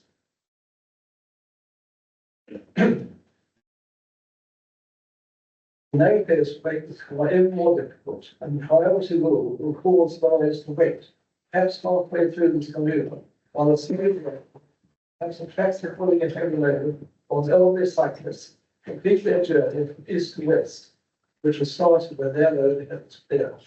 Traffic will come to a halt in the main road, moving through, and queues will form at different times that need to be seen to be relieved. My personal concern is that apart from pedestrian damage to the house, we will not be able to park our car, even for the purpose of unloading after shopping trip anywhere near our house. I feel that such a matter may be worthy of some consideration. Whatever may be the outcome of proposed developments, south or north, I do ask the plan for the road is not new. The only way to increase pedestrian safety is to make the traffic slower. Clear road ahead will encourage drivers to increase their speed, particularly when they have been having to wait for the road to be clear. Particularly also if they're on their way to work and being delayed by minutes. Thank you very much.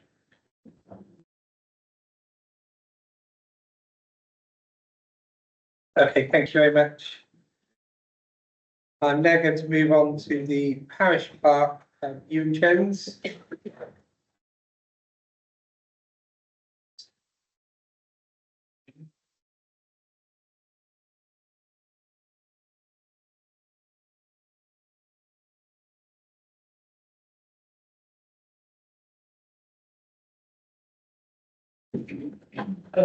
Mr. Chair, I'm the councillor.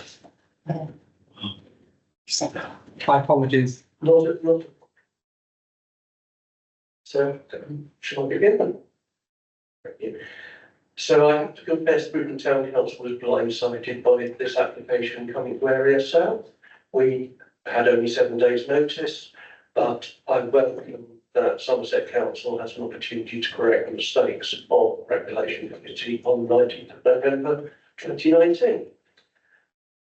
The Town Council's view remains that the proposed access is seriously dangerous and mitigation has not been provided. Members of the Regulation Committee may recall that the Town Council had to make a frequent of information to county highways, which was not respected, so we had to commission our own highways consultant. They came back with the recommendations that we needed to refuse this application under NPPF section 109 because it's unacceptable impact of highway safety on 3 main grounds, which I will cover: the pavement, dangers posed by turning, and the lack of provision for pedestrians leaving the main site entrance.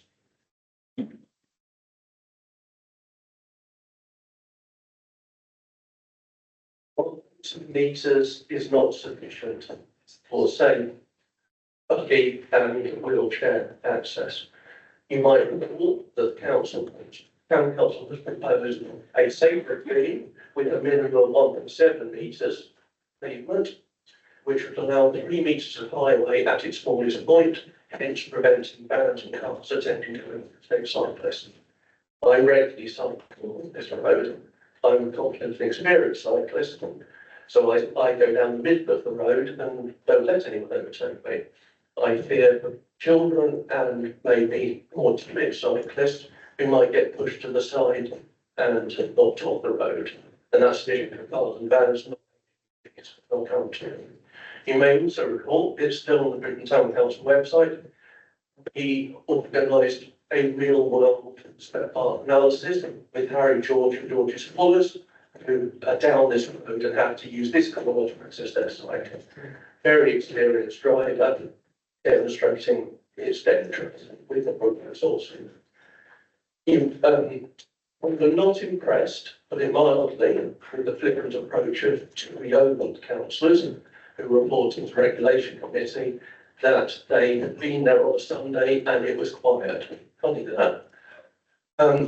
I'll remind the council that there are 2 significant haulers who have to use this in order to access their sites.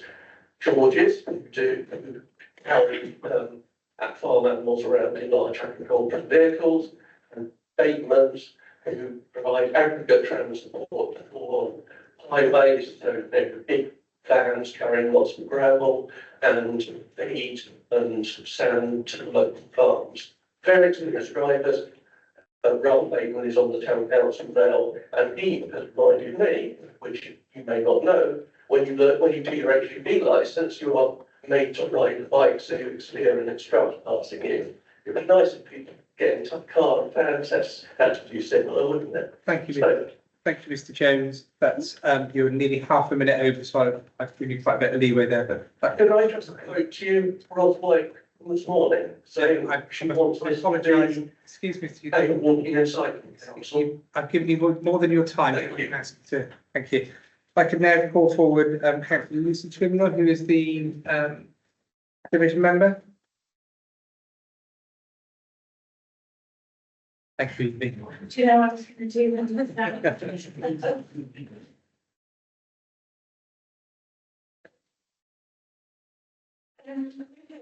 So I welcome the opportunity to address the committee about this planning application. My concerns about this development are due to the following. Britain can't cope with the extra traffic a development of this size will generate, possibly 120 cars in the town extra, in addition to those still to be factored in for other developments under construction or to be decided. I have spoken many times about the condition of the roads, lack of safety for pedestrians in the town, and the seemingly endless road closures which often create long diversions, costly to both the driver and the environment. The narrowness of the roads and pavements cannot be changed, but their dangerous effects will be worsened by adding further traffic through the town. There are many other issues in relation to this development, flooding being one of those. I would like to draw your attention to the lead local flood authority statement that the commencement of the build should only happen if a very prescriptive set of conditions have been met, which should cover the lifetime of the development. This statement recognises the risk posed in Bruton from building further homes in an area of the town where the roads have been described as running like rivers at times of high rainfall, and where nearby homes have culverts through which, when residents stand in their gardens, water can be heard running. In light of the flood events which have hit the town in recent years, I am very surprised that the lead local flood assessment has not been revisited since it was made 5 years ago, particularly as it would appear that runoff from this site is intended to flow through the site into the River Brook, which at times of heavy rainfall has risen to flood risk levels, and in areas may have contributed to the significant flooding on May the 9th last year. The county highway statement stated concerns over pedestrian infrastructure. I would urge you to consider the safety of the many pedestrians, particularly children, walking to and from school, who will be using the proposed pavement on Broome Road alongside the lorry traffic, or attempting to cross the road at the junction leading to Broome Road, or negotiate crossing Broome Road from Broome Avenue in between the cars which are stopping to give way to those coming into Bruton. Whatever the need for housing in Bruton and the rest of the country might be, it is essential that homes are built in safe, well-accessible locations where environmental impacts such as flooding are not a potential risk and ecosystems and biodiversity are not threatened. Whilst none of the various consultees have objected outright to the development, many have recommended conditions or raised questions about this build. It would appear there are a good number of requirements which this developer must address, most importantly road and pedestrian access and flood prevention.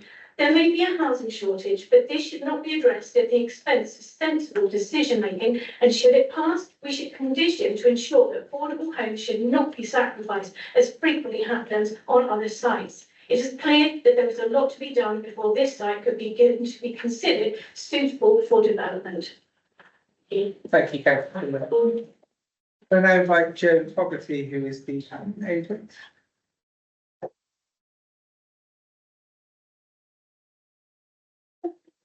Thank you very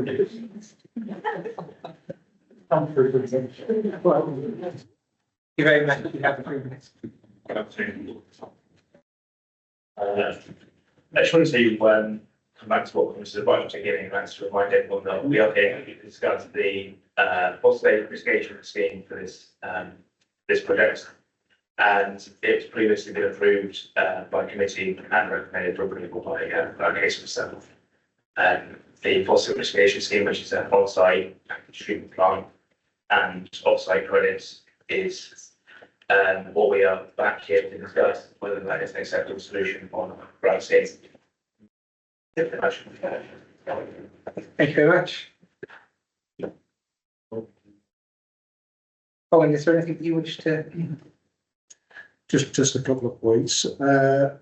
Obviously, our highway experts have said that the proposed off-site works are sufficient to make the application acceptable. The installation of pavements along the side and the traffic calming measures by making priority access over that strip is a way of improving the safety on that, and our highway authority have not raised any concerns with that. The listed building that was mentioned, that's on the corner of Broome Road and Flum Road, and that's not impacted at all by the development. But that's what I'd like to say. All right, members, I just wanted to, before you start any debate and decision making, just to remind you as well that it was approved at regulation in 2019, so that decision would be a material consideration whilst you're making your decision making today. Okay. Questions from members? I must start with Councillor Rockall. Thank you, Chairman. I have a couple on this, because I certainly was present, I hand up, I was guilty. Not necessarily guilty, but I was present at the regulation committee, and I know there was very long debate over the merits of the proposed highway scheme to make this development supposedly acceptable in planning terms.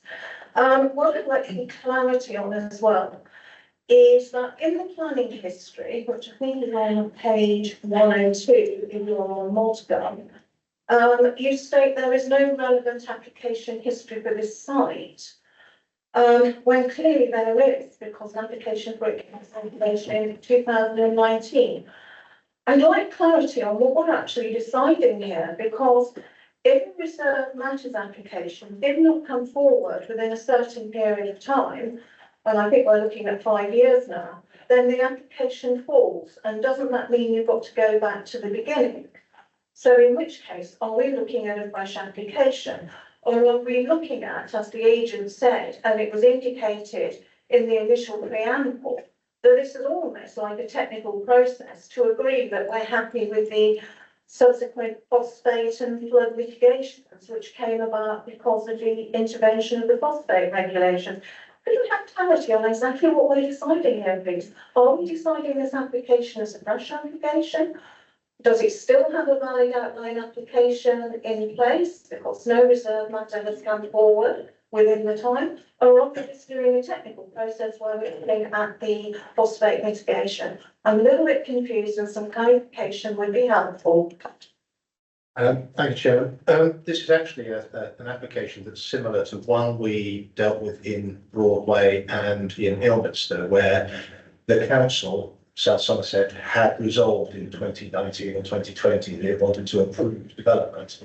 But before the Section 106 could be issued or concluded and the decision issued, we were hit by a phosphate delay, which caused everybody 2 years complete embargo at least. So this is another scheme, ones that have previously been to Somerset Council in the last 12 months, where the applicant has found a phosphate solution, updated their reports, and you are considering it afresh. But obviously, as the solicitor has said, there is the fact that there is a resolution from a planning authority to approve this scheme, which is part of the audit of the process.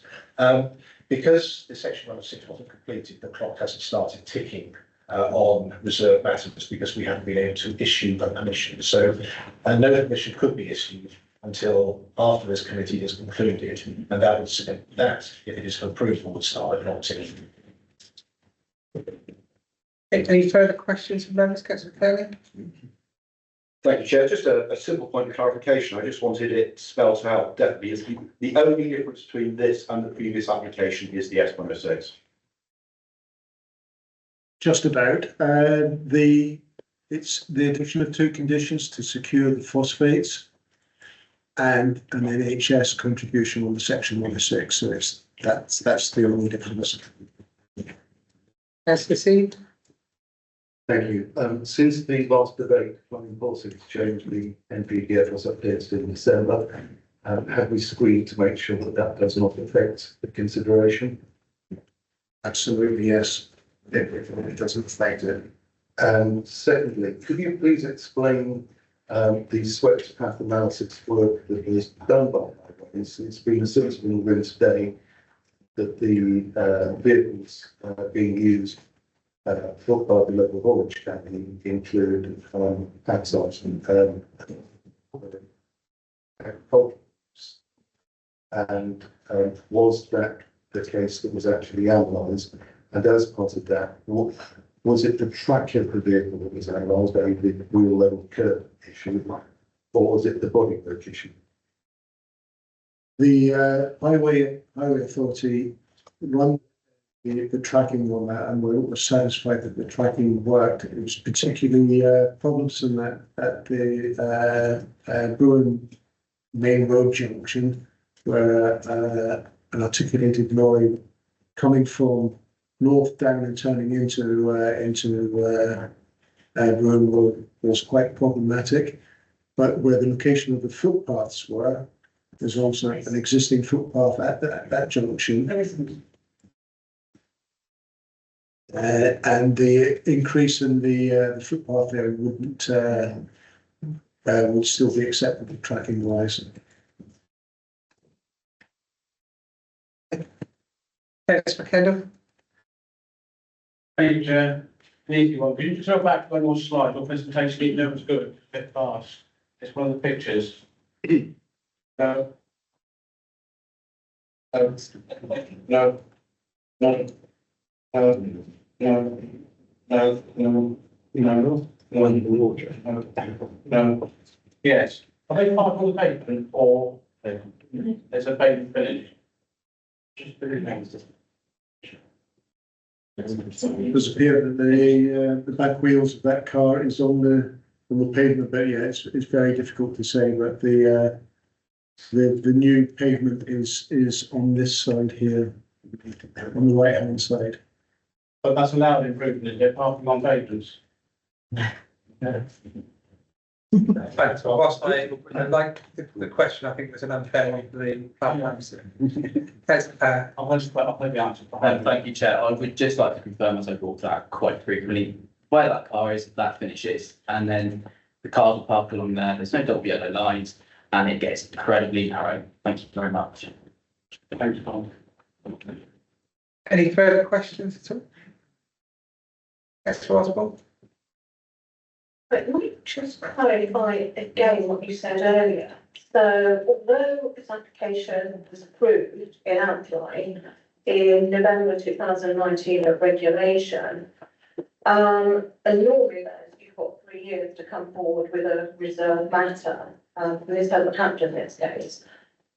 And you're saying that the clock doesn't start ticking until a section 106 is signed.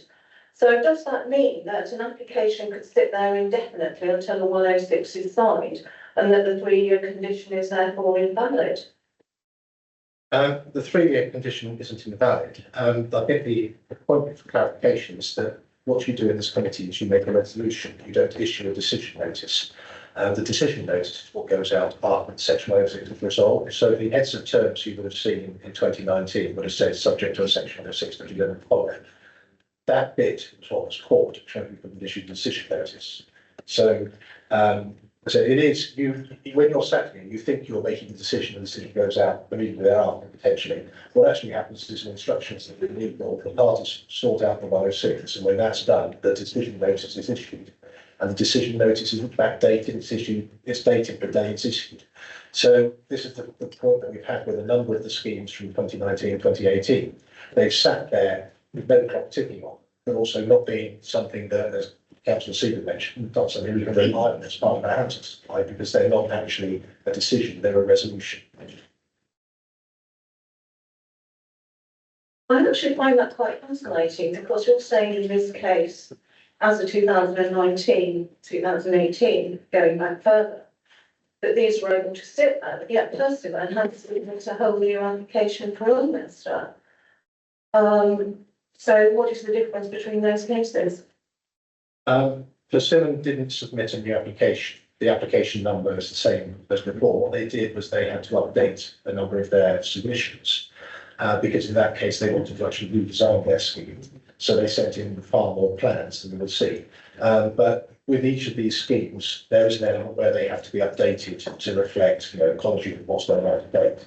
So they have sat there fallow, they are updated, they're brought back to committee. But then, as I said, the clock hasn't started ticking. So the Simmons scheme is still referenced from 2017 to 2018, etc.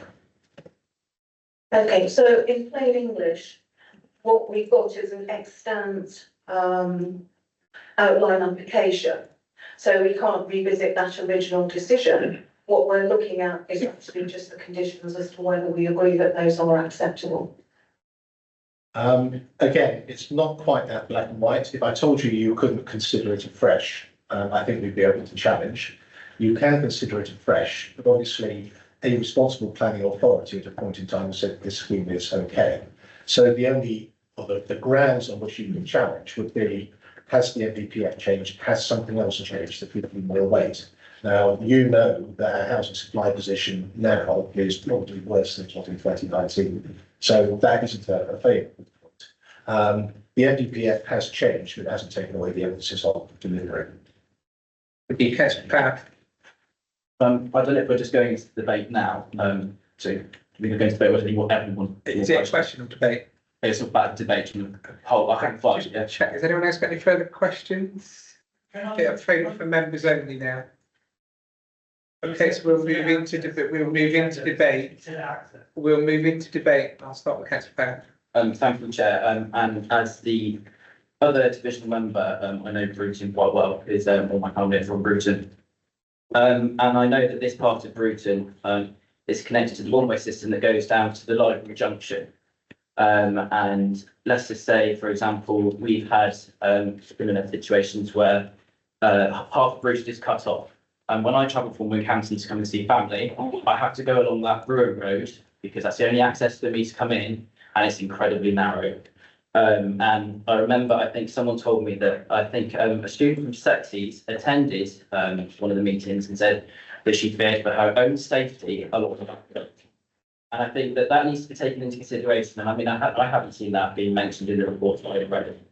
So safety is one of my main concerns along that road. And I know full well because my grandmother walking down along Quarterlade Street, it's incredibly narrow. Bruton is an old Saxon town. As Councillor Osborne said, it's not, well, actually, it was Lucy that said, it is not fit for the 21st century traffic. It's for old, horse cars.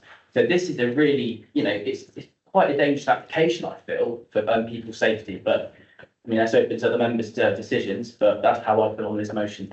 Thank you. Thank you. Patrick. Thank you very much, Chair. So as colleagues will probably have learned by now, I'm a big aficionado of the social housing element to these things. And the thing that really caught my eye was page 118, whereby it says, and I quote, the delivery of affordable housing in Bruton over the last 10 years has been very low. No unit of social housing has been delivered since 2012. Affordable housing in all parts of Somerset is in high demand. I'll refer you back to 2019. There was a letter submitted by someone called Hal Huberman, who you may remember, who wrote that, I concur with this as a younger person. I suppose I still count myself as a younger person. I'm doing really well. I'm still a younger person. And I quite agree with his comments that we need more housing in Bruton, and that's from a resident of Bruton.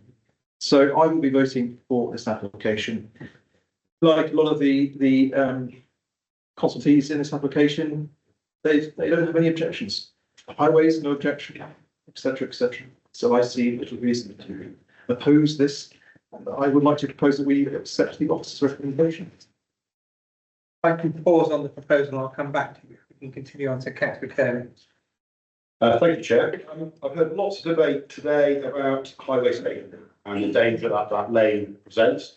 I have a few like that in Somerton, and actually we are desperate to get pavements along. So I actually see this as probably an improvement in highway safety if you're actually putting a pavement in when there wasn't one before. So I think on balance, I'm with Oliver, I will be supporting this as well. Thank you, Chair. Councillor Power. I completely, well, yeah, I don't really agree at all really on that point, quite frankly. I mean, I get what you're saying, Councillor Curley, when you're saying it's going to improve highway transport, but from someone who actually knows that little bit of land there, that pavement is going to make that road even more narrow. And that's, people might be getting clipped by the George's lorries coming down, for example. You can't just, it's too narrow. I'm sorry, I really agree with that. Sorry. Before I move on to councillor Kendrick, can I just ask for clarification? Did we say that the pavement was going to be built outside of the width of the road into what is now at the back? Brilliant. That's correct. It's going to narrow the road. That's why you need the priority signage so that only one car can go up and down. Can you catch Mr. Kent? Thank you. So for members of the public, if we already looked at this, well, not us necessarily, but if a council that was previously South Somerset and is now Somerset, we looked at it and we said, this is okay, we're going to build it. We can look at it again, but if we look at it again and turn it down, we will go to appeal and we will lose because there is a able to develop this as per what is in front of us. So, sorry, I probably should have said, so I will vote for it. And it's not because I want Bruton to have houses that are unsuitable or roads that are unsuitable. It's the very fact what's written in front of me. And we left them to without having to mitigate phosphates. Now they do. They've done it. Top them. Thank you, Councillor. For Helen, legal a second, and then I'll come back to Councillor Pound. Yeah, just coming in after Councillor Kenton there. She should be to it really. But so some members have raised concerns about the highway safety and highway issues. But obviously, if they were to go forward and you wanted to make those a refusal ground, then you would have to have evidence to back that up. Like Councillor Kenton's just mentioned, you know, if it was appealed, any refusal on those grounds, you could have costs rewarded against you. So just to bear that in mind while you're debating. So. Thank you, Chair. And it was just going on from what Councillor Patrick said. What you said, Oliver, was, you know, everyone has, I have no objection from highways, you know, etc. But then you have to look at the objections, the amount of objections that actually came from the residents of Bruton on this application. And I think they need to have a voice on this application. So I will be voting against this application. Thank you. Councillor Steve. Although there are a very large number of people who have recorded objections in the plan, you have to remember your job here as a councillor is to determine an application in quasi-judicial way. Sorry, is this not the? That was likely. Try another one. Better.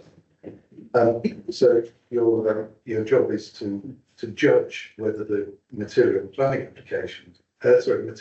matters and judge the application, not to reflect a political voice. I understand the issues. Whereas I look at this, what I can't see, so I can't see good grounds for refusing. I can't see anyone has given a clear and defined and evidence gap between either national law or a hazard that is not covered by policy. So as such, I could find myself forced into the awkward position of supporting an application, which I can understand why people don't like it. And I can understand that it isn't what we as a local planning authority would probably choose to do if we had our hands free. But in this particular instance, I for one think that the issues here, the planning issues, aren't sufficient to overcome an appeal, and therefore I will be being irresponsible if I go to. Before I bring in Councillor, I'm going to allow Councillor Pound to speak ahead of Councillor Hobhouse. I'm going to Councillor Hobhouse, and then I'm going to go to Councillor Patrick. Thank you, Chair. And may I just say, I'm not trying to be critical, I'm not trying to say odd because none of my residents said this. I will change what I said. I do apologise. The reason why I'm voting against it is the point that I just put forward to the committee before I did that statement. So I do retract that, and that's the reason why I'm voting against it. Thank you. Thank you, Councillor Hobhouse. I know because I had to leave the room in the middle of the debate, I'm not allowed to vote. I am allowed to make comments. In 1982, my father put in a dam higher on the river to avoid flooding. And that has been fairly successful. The problem is this field, and the reason East voted against it, floods. And the locals will tell you it floods. And yet the EA and our flooding officers report fails to pick this up. I also want to make the point that we have not got the correct section 63 information in the application. And we are open to judicial review. Thank you, Councillor Hobhouse. Quick skip prospects for Osborne. I think one of the difficulties we have here is that this application, whether you agreed or you didn't, was approved at regulation committee. It wasn't unanimous as far as I can remember. So it puts us in a very difficult position in that respect. I wasn't happy with the road scheme then as proposed, which was the priority along an extraordinarily long piece of road, which hasn't necessarily been driven. And there could be practical issues with that, especially as there was a side entrance onto that. And that was debated at great length. Unfortunately, that debate was lost. Since then, I suspect traffic has got heavier. It has everywhere else. There is also another application that comes next, which may well have a cumulative impact on whether that particular proposal would work or not. Reluctantly, I have to take a different view to say Councillor Patrick and others, in that I will be voting with Councillor Power in voting for refusal in this case. I think I may even be voted for refusal the first time round. I can't totally remember.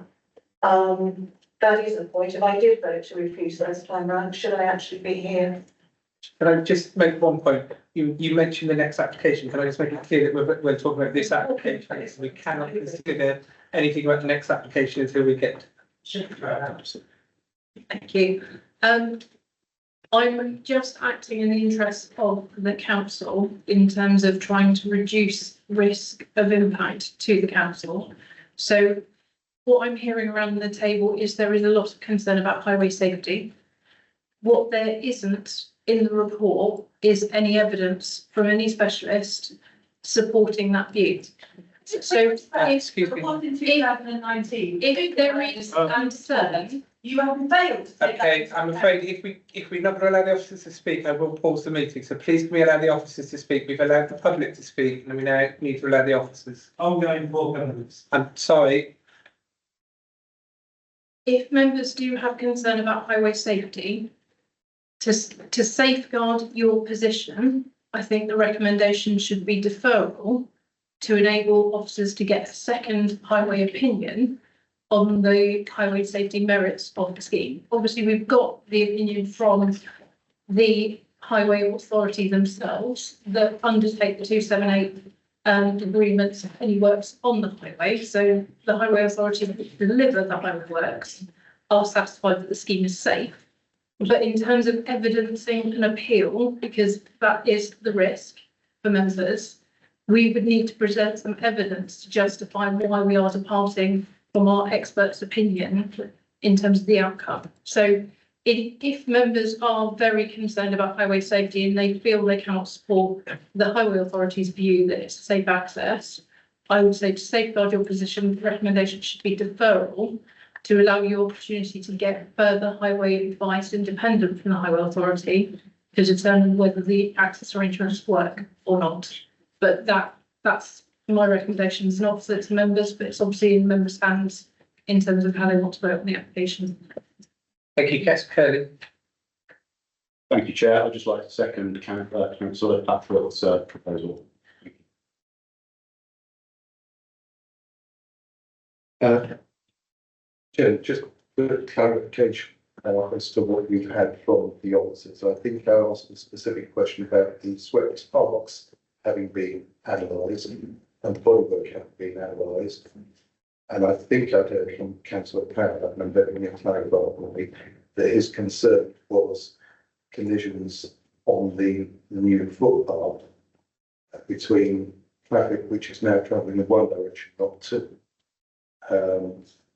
Because of the priority system. So can you clarify what your concern is, please, so I can make up my mind as to whether I agree with you? Well, what I'm saying is, it's incredibly narrow down there anyway. You know, because you could be stood on the pavement and, you know, but George's lorry is going past, you could still get clipped. That's my concern. It's incredibly narrow down there. And for example, as I said, when it comes to diversions, let's say for the bottom, let's say a high street shut, for example, people that are coming from Wincanton have to go to Redlands Junction, down through Brougham, and it is so busy along there because that's the only access into Bruton if you want to hit Quarterlake side, Townsend side. It's really fast running, and then it'll go past down Lorry Junction, then you go past down the church again, so you don't able to get to the high street how can I describe it? Sorry, I do apologise. So if you're coming the Bruton way normal, to Wincanton to Bruton, you go up High Street and then you come to Library Junction. If that's shut, you can't access that way. You've got to go to Redlinch Crossroads, you go through Brougham and down, and that gets incredibly busy when it gets shut. And that's the whole point of Bruton is fit. It's not fit for 20 plus central traffic because it's an old Saxon town. Sorry, I've put in my words. I've got so much to say on this. I'm just trying to get it out in the right manner. Sorry. So just to clarify, your concern's not specifically this site, it's the rest. What's the impact really? That's what I'm concerned about. I mean, even when it has a one way, it's still going to be incredibly narrow. Thank you. Okay, thank you. So we've had a proposal from Councillor Patrick. Can I ask you to repeat the proposal? We've set the officer's recommendations, please, Chair. Can we just clarify that's with the phosphate conditions and the NHS contribution on the second 106? Sorry, Councillor Curley was talking to me whilst you said that. So that's just to clarify, your recommendation is the officer's recommendation with the addition of the phosphate conditions and the NHS contributions in the 106. Yes, indeed. Thank you. And Councillor Curley still seconding that? Yeah. Okay, so we have a proposal and a second on the table. Can I ask for a show of hands for those? Sorry, Jason. Can I do that? Can I propose that we do that deferral for the highways debates as well? You can. Is there a seconder for that proposal? Okay, so I need to take them in order. Yeah, that's fine. I'm still going to take Councillor Patrick's first, and then. Okay, so all of those in favour of Oliver Patrick's proposal?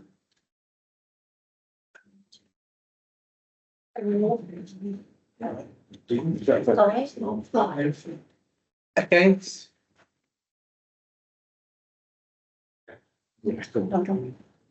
Am I allowed to vote on the? No, July. Excuse me. Fine. Put your hands. 1, 2, 3, 4, 5, 6. Sorry, 6. Yeah, it's like the overheads. So- 6. That's 5 for approval and 6. It's 5, 4 and 6 against, correct? Yeah. So that proposal falls. Councillor Power. Do you want me to take my proposal again? To take the officer's advice on taking a deferral to application due to the highway access, etc. Thank you. And the second, sorry, I forgot, was Councillor Osborne. I see a show of hands for those in favour of the deferral. Unanimous. No, sorry, Councillor Patrick, are you against? Okay, so that proposal stands as a deferral on highways. One against. That makes no difference. From you. No, I voted. You went towards one. Okay, I'm going to take a short break because Councillor Beth needs to leave. And I'd like to ask everyone to be back by 20 past 4. Please.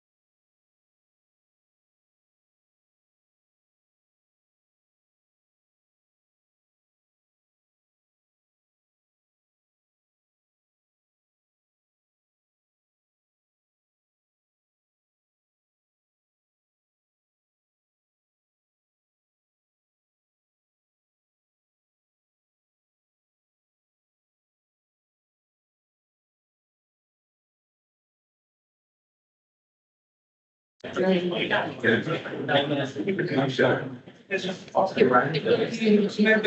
members of the public. We move on to agenda. Someone's got something playing, was it people? Someone got their volume switched on? Agenda item 7, application 20/02297, outline land north of Broome Road, Bruton. I will hand you over to Colin. Thank you, Chair. On the basis that you deferred the previous one for highway update and advice, I would suggest that potentially you might want just to move straight to deferral on this, because the off-site mitigation is exactly the same as the one to the south, the northern. Thank you. Councillor Power. I would like to propose that for a second. Thank you. Councillor Osborne, are you seconding that? Okay. Can I have a show of hands for all of those in favour of deferral? Again? Chairman, can I add one other thing to the referral, please? Hang on a second. Against? Definitely against. Abstaining? One against, one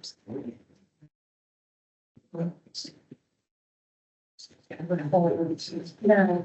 I'm sorry, Councillor Westwood, because the already been proposed and we'd already started voting. You can add to it, but I'm happy for you to speak to the officer afterwards if there's something you wish to ask them to include in there. Absolutely. This land is on a severe slope running down into the land that we previously put off and deferred. Okay. What I'm asking the question is, could we please have the flooding people looking at this again? Because the only thing stopping it running into the previous area is the road. Okay, thank you, Councillor Westwood. If I can actually drop an email to the officer, and I'm sure that they will answer this question and look at that. But we've already taken a vote on that. Respond. If you're quickly in. We did have the representative from the NFA to address the committee on this application, but Thank you. Moving on to agenda item 8, application 23/0/02871, outline. Colin is now off the hook. He can find the end of his power leave. We'll just give Linda a second to swap over. see if I can knock the owl out again. Skip a beat this time. Oh, can you shut yourself, please?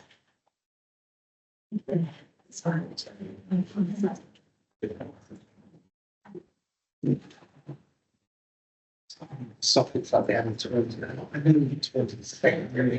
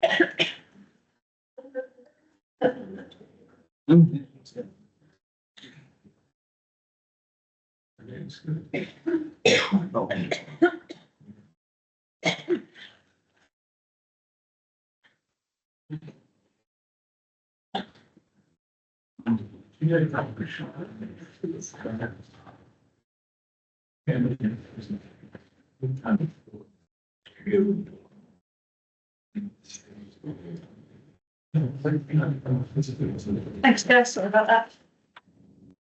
Right, so we're looking at an outline application with all matters reserved apart from the means of access for a residential development of 60 dwellings with up to 60 dwellings, open space, landscaping, sustainable drainage, and a 3-vehicular access point on land on Puppets Hill land off Tintnell Lane at Coppice Hill in Yeovil. So this is the application site. You might be familiar with it. This is the Brimsmore Garden Centre, where we recently approved 185 dwellings with the garden centre further down to the southeast here, and the Brethren Meeting Hall along the Tintnell Road going towards Chiltern. So this is it in a bit more context. So you can see, as I've said, the garden centre down here to the southeast, Coppice Hill Lane running down to the A37, running along this direction north to south. This is the aerial photography. You can see the Brethren Meeting Hall here with their private cemetery to the north of the site. As you can see, we're an agricultural field. We'll just zoom out slightly and you can see it in the context of the Brimsmore Quay site, which is currently being built out to the southwest of the application site. The Brimsmore Quay site will in fact cover the rest of this triangular piece of land once fully constructed. And here we have the planning application for the outline application site in red. And here we have the indicative plan for the site. So you can see we'll have a central village green, and this is the attenuation pond to deal with the surface water runoff. The new access point is shown in the purple pink arrow here. And you can see that what they've done is they've overlaid the plans that have been approved for the Brimsmore Garden Centre site in this location here, with its new access coming in through here, and also the Brimsmore Quay site as approved in this location here. So it represents a significant change, as you can see, if you overlay the plans of existing approved development within the vicinity. So this is the indicative plan that accompanies the design and access statement. So this is showing how a development could be achieved on the site. As I said, with the village green, with the LEAP local equipped play area, with a main street coming through and streets off it. The site does slope fairly significantly from this direction down towards Coppice Hill Lane, and that's why we've got the attenuation pond at the lowest point. So this is the proposed access. This is the creation of a new access. The existing agricultural access is just further along Tintnell Road. Included within the application is a new speed limit. So a traffic regulation order is required as part of the development of the 185 at Brimsmore Garden Centre, because the 30-mile-an-hour limit is actually much further along the road and after the Brimsmore Garden Centre itself. So as a part of the outline application for the 185 here, there's a requirement for a traffic regulation order to bring the 30-mile-an-hour limit to this location here. So obviously the visibility displays have been designed with that in mind, and we've proposed a grampian condition to tie the requirement for the traffic regulation order to this planning permission, and that's been agreed by the applicant. We've had some discussion about the provision of a pedestrian crossing. That is secured through a section 106 on the adjacent 185 site, the Brimsmore Garden site. That's required by the 106 planning obligation that was signed. You can see details of the pedestrian crossing, signal control pedestrian crossing that was approved as part of that application. The trigger point for that is prior to the occupation of any of the dwellings that would be built on the adjacent site. So I'll just take you through some photographs. So this is looking towards the site from Coppice Hill Lane towards Chiltern. And looking down the site, this row of poplar trees is quite a good viewing point to orientate yourself. So this runs along the end of the application site at the Brimsmore Garden Centre and along Coppice Hill Lane. And this is looking outwards from the site towards the Tintnell Lane. I'll just these photos just take you around the site. Basically, it's an agricultural field that's enclosed by a significant tree and mature tree and hedge line all the way around. As you can see, those are the poplars to orientate yourself. And you can see the lay of the land as it falls away to Coppice Hill, and this is where the attenuation would be in that corner there. Again, that's looking towards the garden centre site with the poplar trees, and around back towards the site, towards Tintnell Road, running along the top there. These are the photos that accompany the visual and the landscape and visual appraisal. So you can see that they've outlined where the approximate extent of the site would be in red along the top here. You can see the Brethren Church to the north there. This is looking from Coppets Hill upwards towards Tinternall Lane, and the application site runs along here. But as you can see, you've got extremely mature hedges that run along the roadside there, and this is the plot for screen to the north of that site. And then this is looking back down the hill from the access to the Brethren Cemetery, and the application site lies just in between here. So again, you can note the extent of the mature screening that exists and contains the site itself. And then this is looking back towards the site from the overspill car park to the garden centre, with the row of poplar trees screening the application site. So it's just a corner of the application site that you can see there. So in terms of key considerations, there was just one update. Councillor Wes Reid has emailed to confirm that his original issues, which revolved around the water runoff into Yeovil Marsh and contributions towards GP practices, have been addressed through a condition and the requirements for such a contribution to be secured via the Section 106 agreement. In terms of principle, you'll see this is considered in detail within the report, but essentially we feel that given the council's lack of a 5-year land supply and with a tilted balance engaged, the development can be supported in principle. We consider that the benefits outlined within this report, namely the delivery of new homes to meet an identified housing need, the provision of affordable homes at 35%, the community benefits, as well as the stimulus to the local economy, significantly outweigh any adverse impacts, and the principle of development can therefore be supported. In terms of landscape impact, this has been assessed through a landscape and visual appraisal, which has concluded that the landscape character of the site and the immediate context has the ability to accommodate the proposed development, and it would be appropriate to the emerging edge assessment location that you've seen through the surrounding development that's already been approved, and of course the general containment of the site that we've seen with the mature planting. There's also proposed structural planting and internal tree planting, which will help to soften and filter the development from views from local receptors. The effects as a result of the proposed development are not considered to give rise to unacceptable harm to the landscape and visual receptors. In terms of accessibility, the proposals, as you've seen, will see the creation of an access onto the Tinternall Road. The access will be a priority junction with a right turn lane. The access itself is 5.5 metres and will incorporate the existing footways that exist on the site. And the footpaths will link into the provision on the adjacent site, and as we've said, the pedestrian crossing that is to be provided, which links to the adjacent quay site. The highways team has no objections to the application and is therefore considered acceptable in regard to highway safety. In terms of surface water attenuation, we recognise that this is a very sensitive issue for the local parish council due to the flooding issues that are experienced within Yeovil Marsh. The application proposes an attenuation pond within the northeast corner with greenfield runoff rates to be secured with the provision of a hydro break. The application drainage details have been thoroughly assessed by the local Leeds Flood Authority, and they've accepted the scheme subject to the imposition of condition requiring full details of the drainage scheme. In terms of phosphates, the phosphates proposals are in 2 phases. The first being the introduction of a sustainable drainage system that will reduce the nutrient load through the management of surface water and wastewater from the proposed development, which will allow for the initial construction of 21 dwellings. The remainder of the development will be reliant on an offsite offsetting, and this will be the purchase of phosphate credits. And both of these solutions will, the proposal for the surface water and these drainage will be secured by 106 and the phosphate credits through a condition. So in conclusion, the application is recommended for approval, subject to the completion of the Section 106 agreement as set out in the report and the planning conditions and infinitives as set out in the report. Thank you. Thank you, Linda. We move to public questions. Can I ask for Howard Ashton?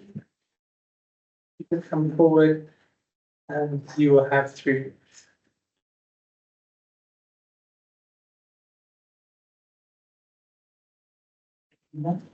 That's just that button on the front there. Simplicity. Thank you very much. Okay, the community of Coppets Hill are against this greenfield development. Together with the Brimsmore Fruit Farm proposals, it is viewed as too much, too soon. We feel the long-standing 960 house John Bishop estate should first be built out to completion in order to judge its impact on the local area. Some years ago, it was realised this 960 house development would almost certainly cause the narrow, single-track Coppets Hill Lane to become rat-run. To solve this, John Bishop obtained planning permission to create a feeder lane from the A37 and also to alter the Tinton Hall Road junction. This gave Coppets Hill Lane rat-run protection. Regrettably, these road safety measures have now been thrown into disarray by subsequent grant of planning at Brimsmore, and that was granted with no consideration whatsoever of its field. To further worsen local road safety, this new proposal would create yet another junction onto a curving downhill stretch of the Tintinall Road, and it would also be in very close proximity to the proposed new exit of the Brimsmore development. Planners should be wary of overdevelopment and certainly give emphasis to road design. As an instance of past errors, I would mention that the current exit from Coppets Hill onto the A37 is extremely dangerous. When the A37 was revamped some years ago, this curving junction was constructed with its line of sight well short of the regulatory requirements. The county highways officer, when visiting to consider John Bishop's feeder lane proposals, refused to cross the A37, saying that it was much too risky. As well as driving out of this junction, local residents had to cross the A37 to reach their local bus stop. Somebody in authority back then planned and permitted this junction design.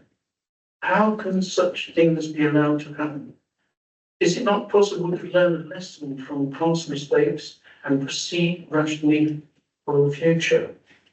I would ask you, please, protect Coppets Hill and reject the application before you today. It's sad, but if planners make a quick decision, it's going to be the local population that will end pleasure. Thank you very much for listening. Thank you very much. If I can now call Steve Barker, who is the ACTS agent.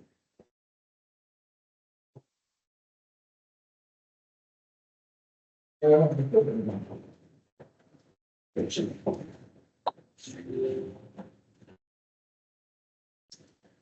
afternoon. I'd like to begin by thanking members for this opportunity to speak and to the case officer for their professionalism throughout the consideration of our application. We fully endorse the case officer's positive recommendation. The application site is owned by Somerset Community Foundation and, subject to planning permission being granted, the proceeds from the site sale will be used to provide education bursaries or fund educational facilities for young people in and around Yeovil. The development plan identifies Yeovil as the prime settlement for growth in South Somerset. Our proposal is adjacent to committed developments and therefore represents a logical continuation of growth at the most sustainable settlement in the district, in line with the spatial strategy of the adopted local plan. Importantly, the site has good access to a wide range of facilities and services. Our proposal includes the provision of up to 60 dwellings, including 35% affordable housing, equating to up to 21 affordable homes. This scheme will contribute towards meeting the housing needs of Yeovil and the wider district, which has seen housing delivery fall far short of that expected by the local plan. Our proposals also include children's play area and a substantial amount of public open space. It will achieve a biodiversity net gain, nutrient neutrality, and there are a number of economic benefits. We've demonstrated this to be an economic, social, and environmentally sustainable development. Extensive work was carried out collaboratively between the applicant and the Leeds Local Flood Authority to ensure flooding will not occur on site or elsewhere, with particular emphasis on Coppets Hill Lane. There are no objections from statutory consultees in relation to our proposals, subject to the imposition of appropriate planning conditions and the completion of a section 106 agreement, all of which the applicant is agreeable to.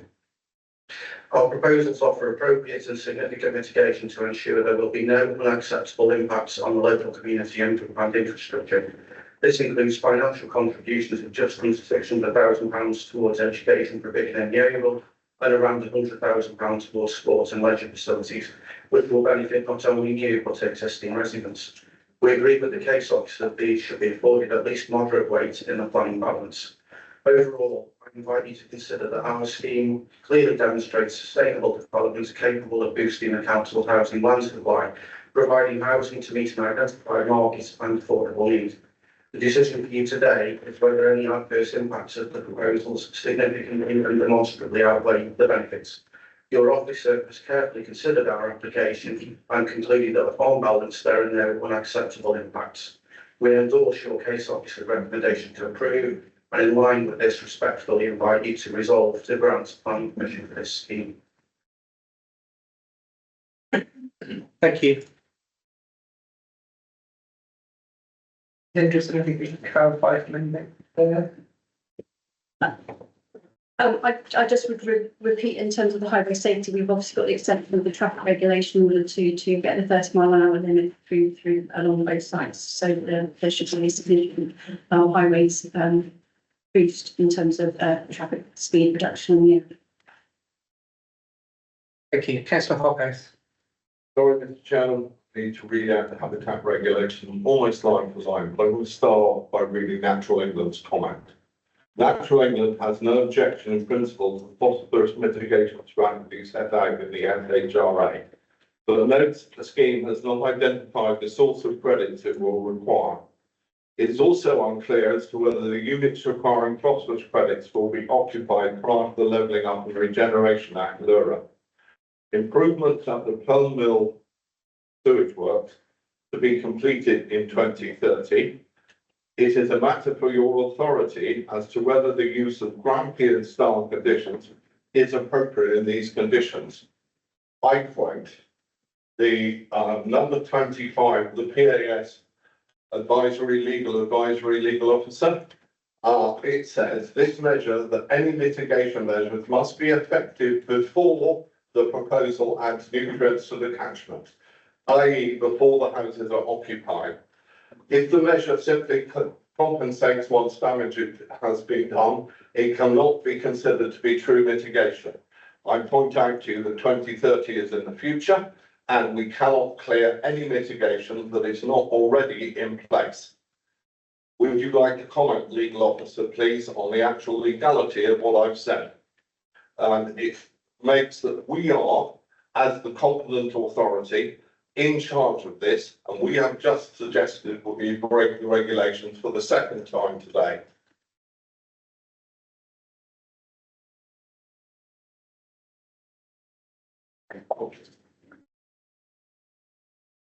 The legal officer is going to need a bit of time to look at what you've asked. We'll continue on and come back to your question. No problem, thank you, Chairman. Let's proceed. Well, I've got a long list, I'm afraid. Councillor Weller, please. Councillor Kenton. Councillor Webb. I think so. Kenton. I can't read Peter's writing. I do apologise. Councillor Webb. Yes, yeah, clarifications really. What grade of agricultural land is this? Which is one question, and the other is one presumes from the report that this is adjacent to land, strictly housing site land, we're told. That is set aside in the local plan, I presume, is it? And if that is the case, how much of that strategic land has actually been allocated for housing under the local plan?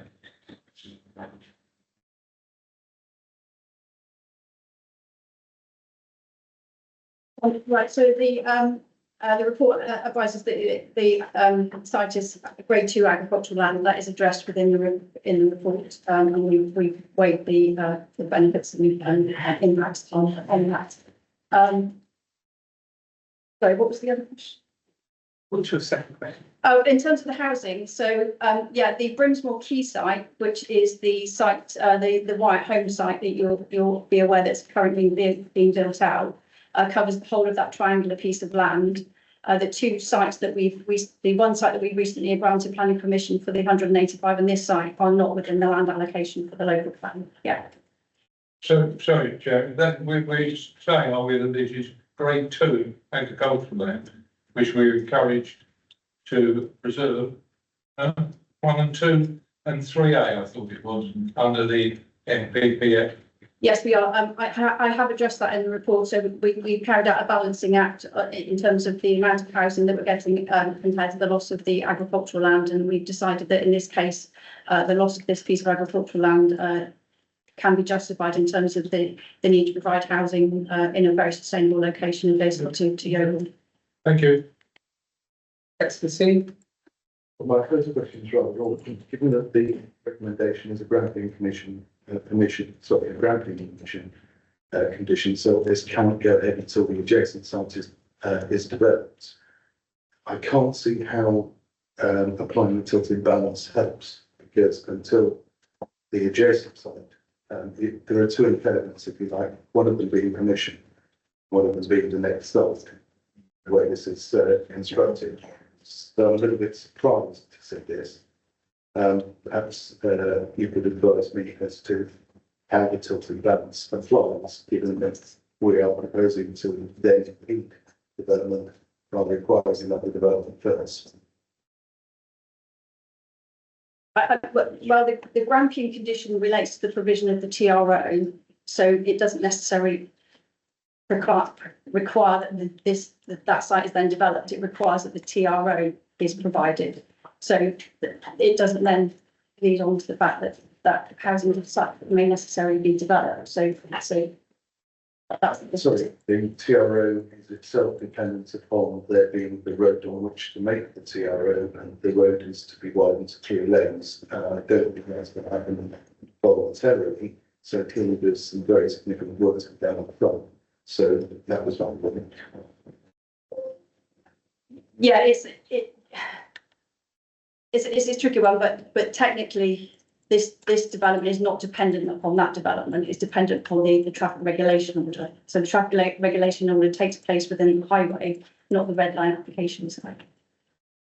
So because the traffic regulation. TRO is not independent of the application, is it? TRO is because of the earlier application. Yeah. And requires a road to be delivered in order to be a TRO. But it's taking place on an existing carriageway.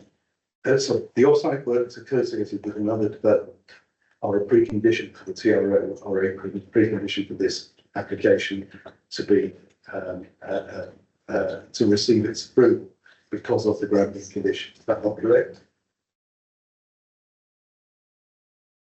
I don't think it's as black and white as that. That's my difficulty. So that's why I'm hesitant. Because okay, I just think in principle, I don't see what Secretary of State is trying to achieve with being achieved here, but we'll step that aside. My main concern is there is a granting condition for this site can't begin until the TRO is in place, i.e. the road has been widened to 3 carriageways at the throat of this development and a right turn lane provided. The children that result from this development, and indeed from the previously permitted development, will need to get to school. And incorrectly in the parish council's response, they assumed that the nearest school was Chilthorne Dover. That's a kilometre close flight, whereas Preston Primary is half a kilometre close flight and access through the fabric of the Brimsmore estate. The crossing that you showed on the screen is drawn on an insert on the main diagram because it lies off the main diagram. It's actually down by the roundabout, as I understand it, at the bottom of the lake. So I don't think that's anywhere near a desirable. And so I have concerns that this is relying on the wrong answer to the question, if you like. The answer to the existing question is from another side.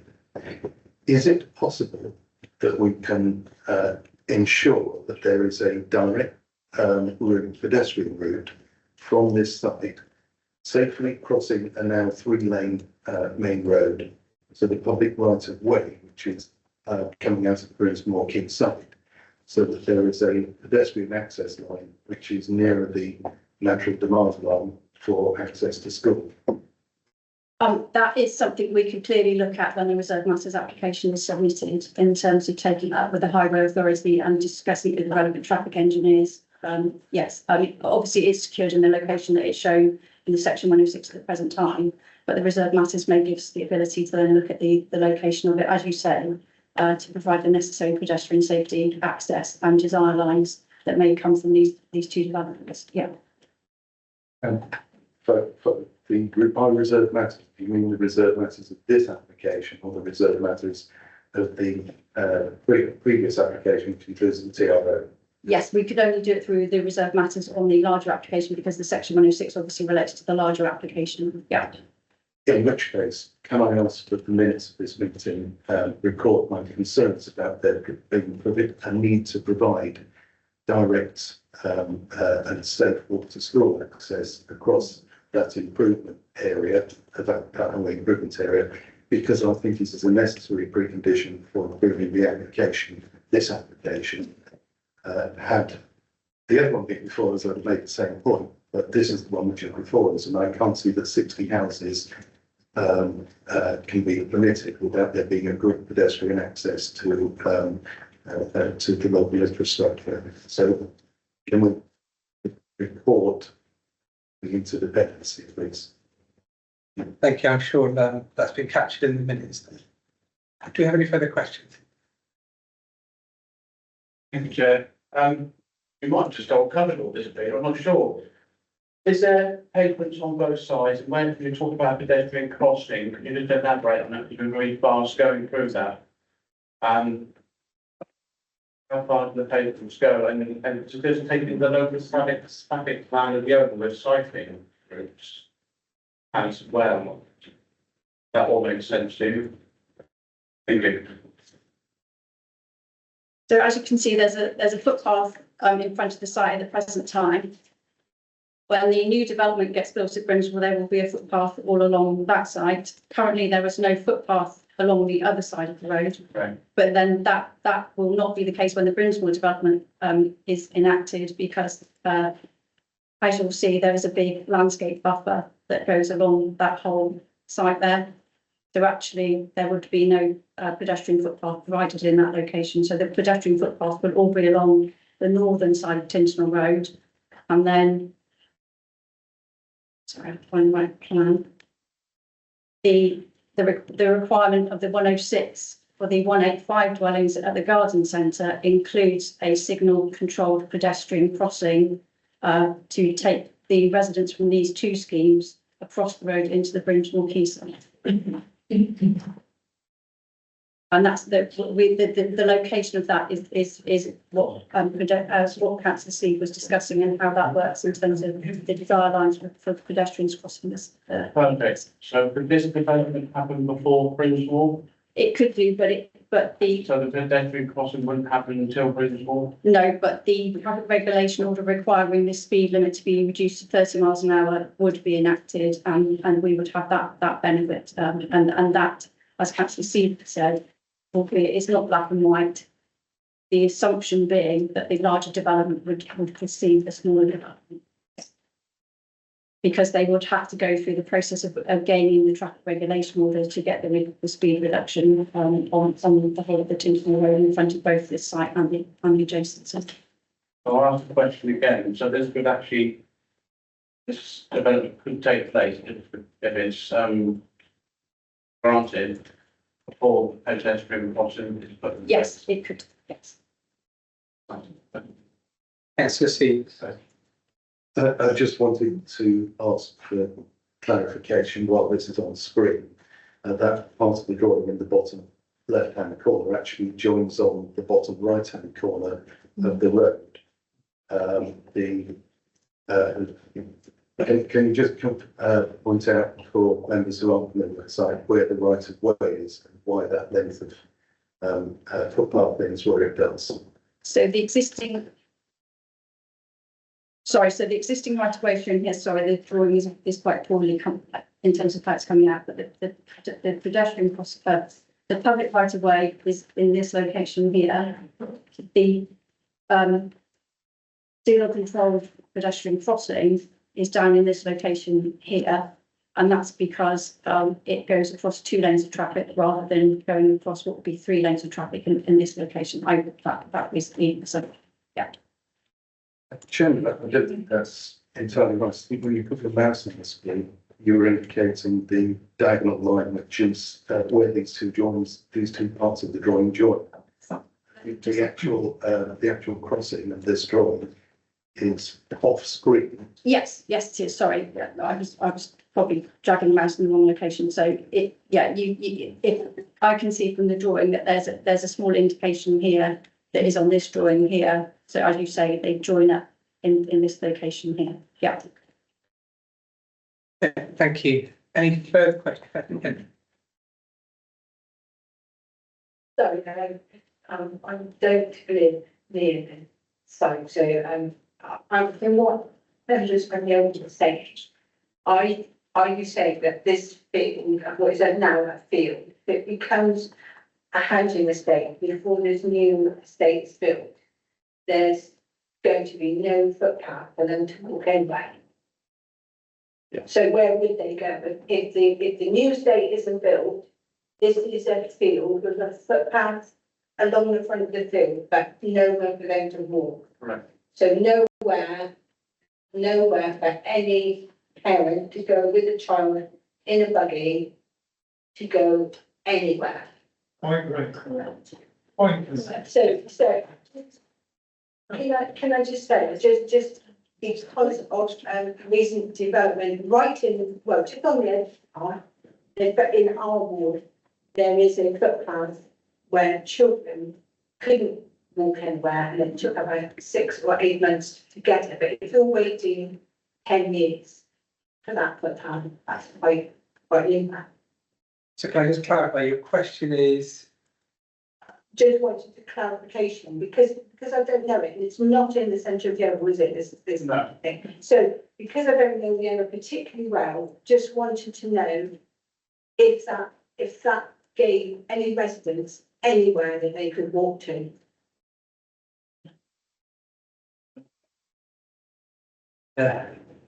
So yes, if this development were to, so let's just take you back to. So what we have is an existing field with an existing footpath that links up the footpath that runs in front of the Brethren meeting hall and runs down through the centre of the site, along this side of the site, and links up to what will be the proposal here. But you're right, if this development went ahead before that, what we would gain in terms of highway safety is obviously the traffic regulation order and the speed limit reduction, because this is a busy road and people would do beyond the 40 mile an hour speed limit. So we get that benefit in terms of that. But the footpath then would finish in this location here, and you would then have to go along to the garden centre where there is then a footpath from the garden centre into the town. Councillor Fox. Sorry, I'm one of the local councillors this area. The footpath that comes out by Grimsmore cuts off from the corner. Just regarding, get question. I can make it into a question if you want me to. So, why is it when we have other slides that we see further up the road, and this cuts off to show and doesn't show the safety issues on that corner where you cannot cross a double roundabout? So the pavements you've shown do not show a true picture.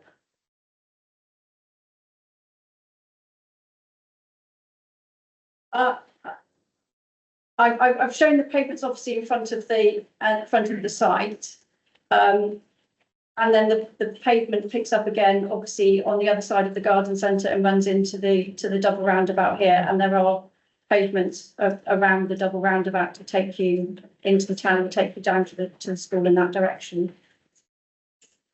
Thank you, Chairman. Thank you for indulging me, and that's my empty attempt at this.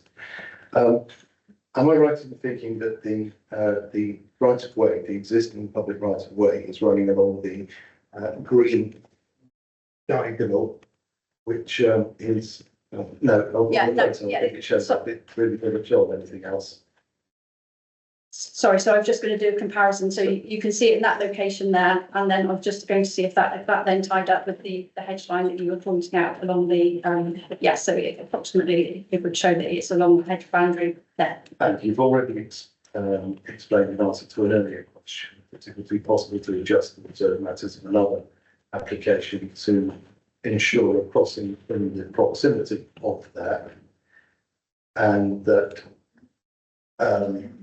the event of starting the occupation of the site can't happen before the road is built and the TRA is in there to create the right lane. So I think, would it not be true to say you can access as a, but this public right of way, which is currently across a field, is the way in which you would be able as a pedestrian to access, and therefore the question is whether we want to actually, would it be proportionate to do anything about that? But there is a pedestrian access. Is that a fair representation of what happened in Brinsmore didn't happen? Yes, that's correct. So the footpath expires at this point, and then you've got you could cross into the public right of way in this location here. Yeah. Thank you. So we'll, no further questions, we'll Councillor Hophouse. Mr. Chairman, I'm still waiting for the answer to the first question. That's just where I was going. Can I finish? I have had a planning solicitor's answer to my point about 4 questions. Have you ever heard of a case called CJ Fry? We were the defendants. The High Court said that you must follow the 4 steps in the CJ Fry first thing before it went to appeal. Now explain to me why we didn't actually agree that we had to follow the first 4 steps. We were the defending counsel. It's absolutely stupid. Okay. She knows that as well as I Councillor do. Hophouse, whilst I understand that you're really passionate with this, we need to be a little bit more respectful to the officers. So I asked the question again.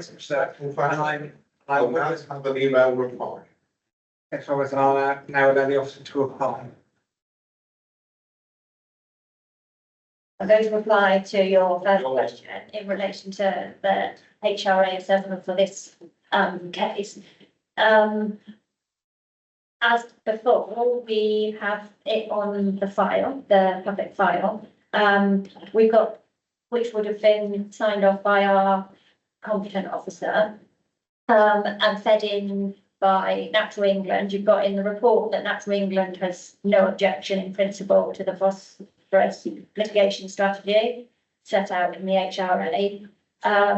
There were some concerns there about whether the credits will be, that they would need to be before occupation. We've addressed that by condition and in the 106.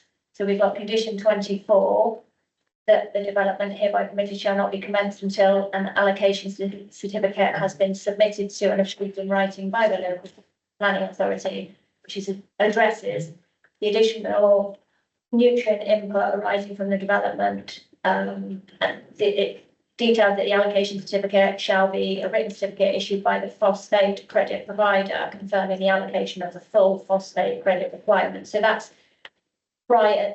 So the development can't commence until we have that.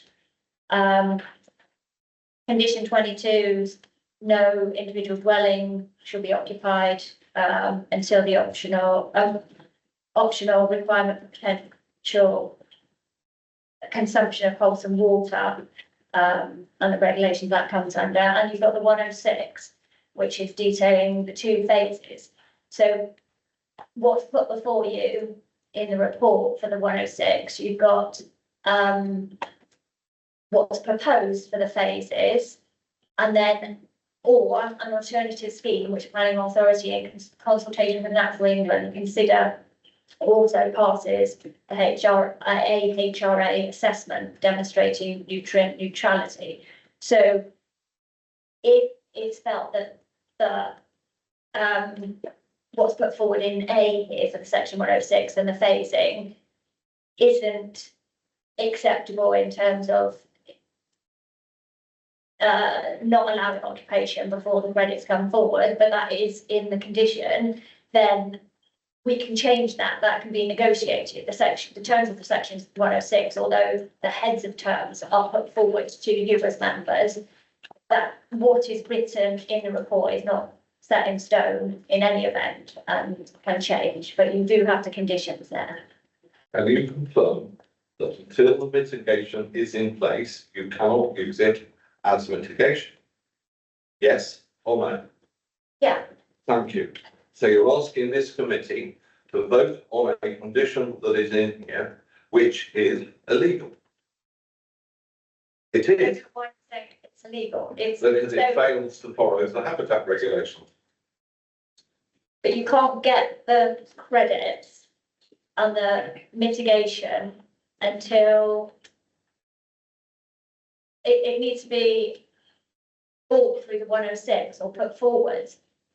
And the permission is not allowing the occupation or the commencement of the development until that is available and is sort Can I? yeah. The issue we've got here is that at the time we make a decision, we have to know there is a solution, and actually there are multiple solutions. The solution has to be acquired and available before the scheme starts, and has to be delivering the mitigation before it's demanded, i.e. people start using toilets. But the mitigation doesn't need to be in place before you make your resolution.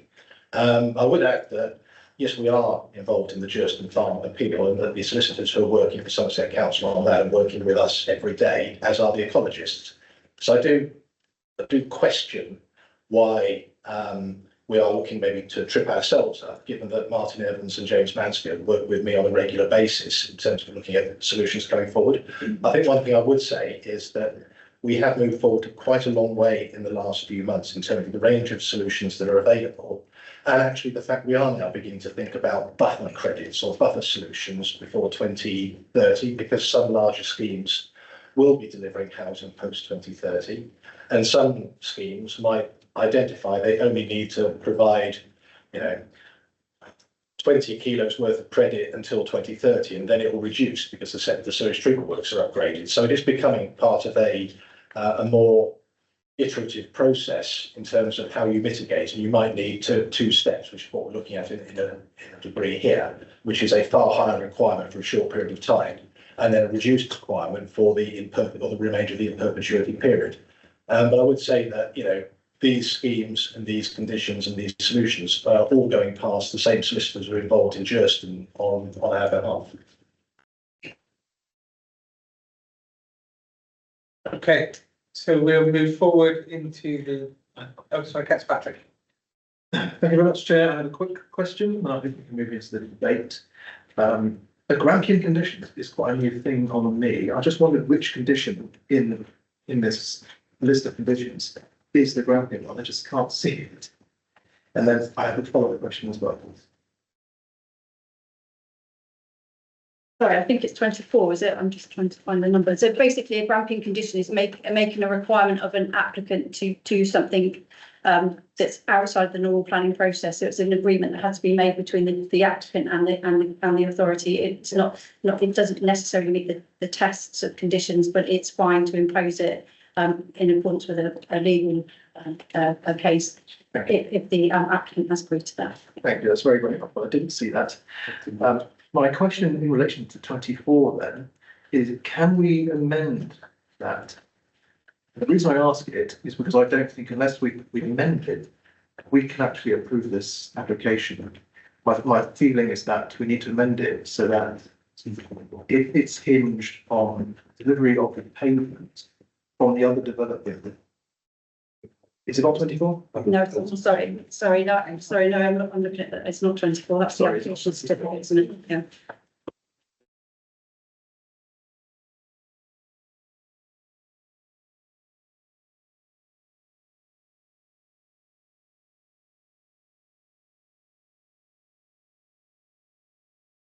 Is it traffic regulation? Yes, Condition 14. condition, yeah.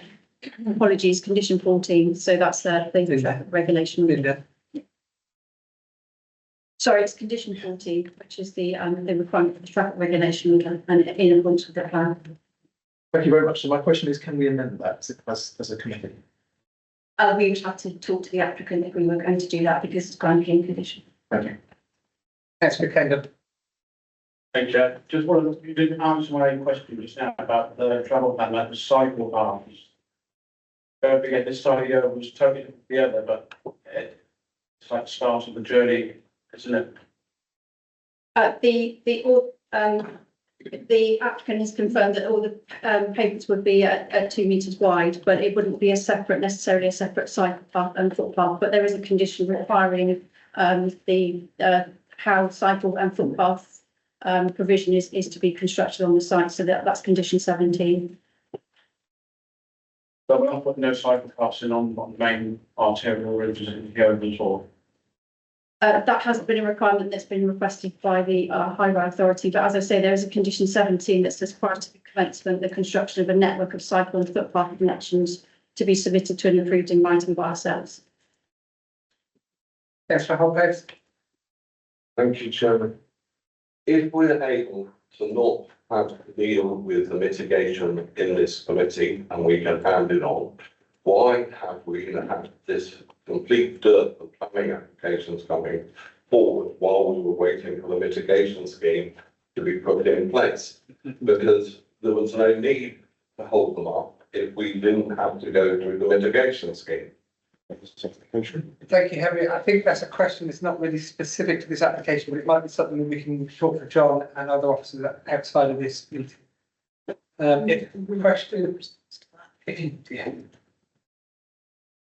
will try to be really quick. In terms of the habitats regulations assessment, we have to be satisfied as the competent authority that any impacts can be mitigated. The dearth of making decisions was because no one knew how to mitigate those impacts. So as we've been working on it for a number of years, there have now been a number of solutions proposed, which are now coming back through to committee for members to make resolutions on. So we have come up with ways to source credits. We have come up with ways to secure credits by condition 106, and that's what's being presented back to members. So it's not that they don't need any mitigation, because they do, and we need to be satisfied as competent authority they are able to do it, and this is how we are securing it on advice from legal officers. Thank you. So we'll move forward into the debate. Who'd like to catch the scene? Chair, just before we do that, could I ask to have a short adjournment so I can confer with officers, because I think it's quite clear more than one person around the table would like to amend the condition 14 granting in a way that would be acceptable to all parties, and which would have the effect of securing non-car transport to the site, which I think was the intent of 14. Yeah. But I really can't see that 14, which is about to speak of it, delivers it, given the extent of the works involved. But equally, it's not an expense for this, and so I struggle to see that there's an issue there with the gravity. Sorry. In terms of the TRO condition, it is specifically referencing a particular plan showing TRO information. As a granting condition, we do have to agree with the developer, and it has been agreed. So it's presented as an agreed solution for members to have a look at. In terms of the cycleway and footpaths, that's a completely different condition, and there is still scope in that condition to work on that with the Highway Authority. That's condition 16. So, yeah, so we have still got control over that, but not through the TRO condition, it's through a different condition.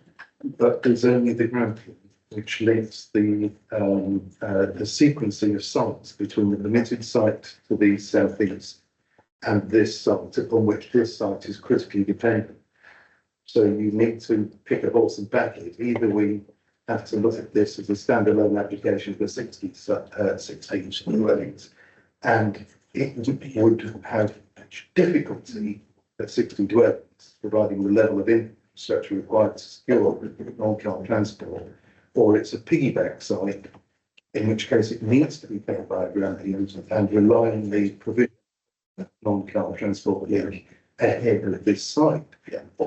And I think, you can't have it both ways. That one will sort the other. So that was why I asked for advice. Is your advice still the same?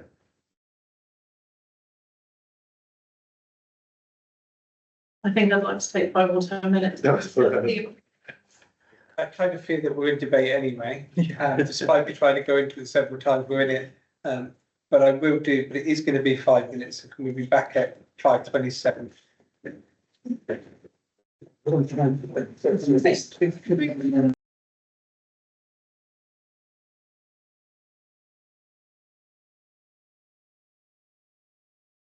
I'm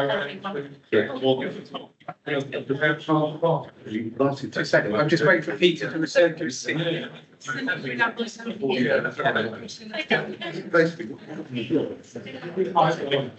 Andy is making a coffee.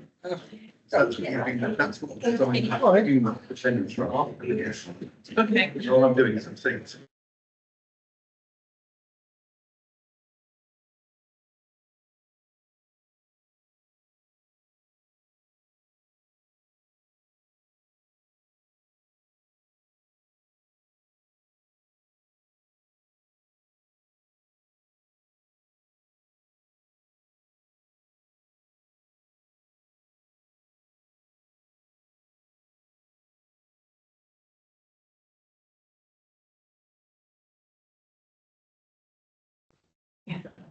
Oh, we've lost the owl again.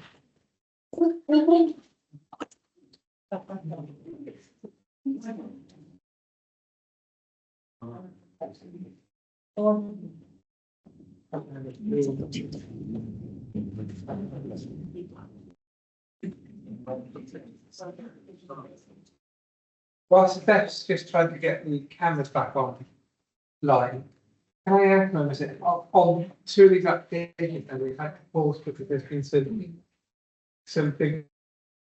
If we've got these bigger questions that they're sent through to the planning officer, and if you don't get the responses you want, can you please let me know so that we can try and make sure that we can make these decisions at the minute rather than keeping pausing. Do we have the cameras up and running? Excellent, thank you. Who wants to go first? Okay, so the situation as I understand it is that the TRO would secure the reduction in the speed limit from 40 miles an hour to 30 miles an hour. In the event the adjoining scheme doesn't happen, the width of the highway is 2 cars. In the event the highway alterations for the other scheme does happen, the width of the road is increased to have the slip lane. And then there's a pedestrian crossing provided as a result of the other development. So the question before members would be if the reduction from 40 to 30 miles an hour and the maintained width of the highway sufficient in terms of highway safety, which county highways have said, sorry, the highway authority has said they're acceptable with. Sure.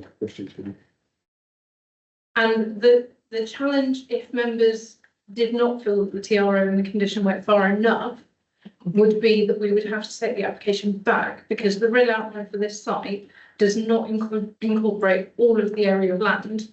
And the question would then hang on viability, because if this development had to provide all of that infrastructure, we don't know that financially they can then deliver the scheme.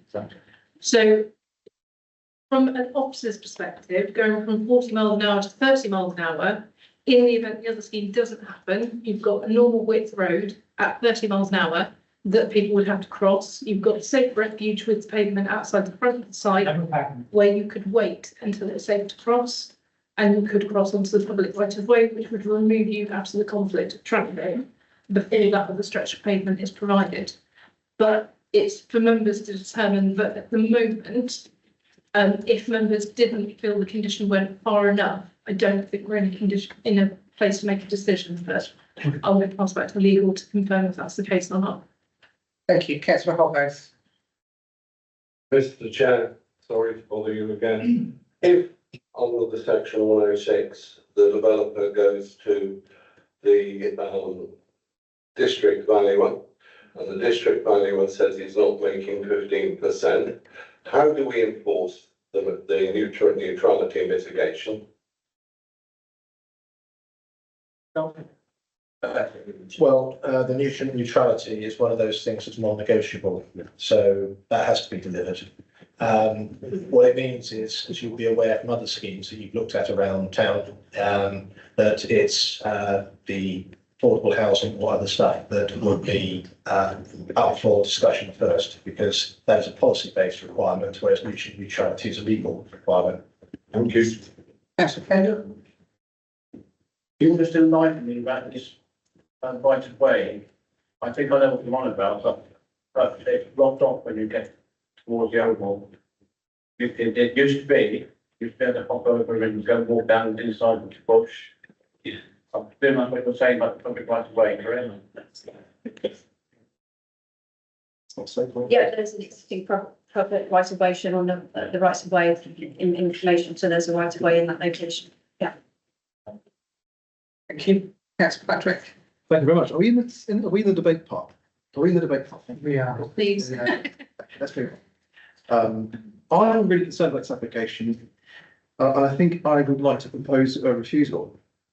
I'd like to base it on policy TA5.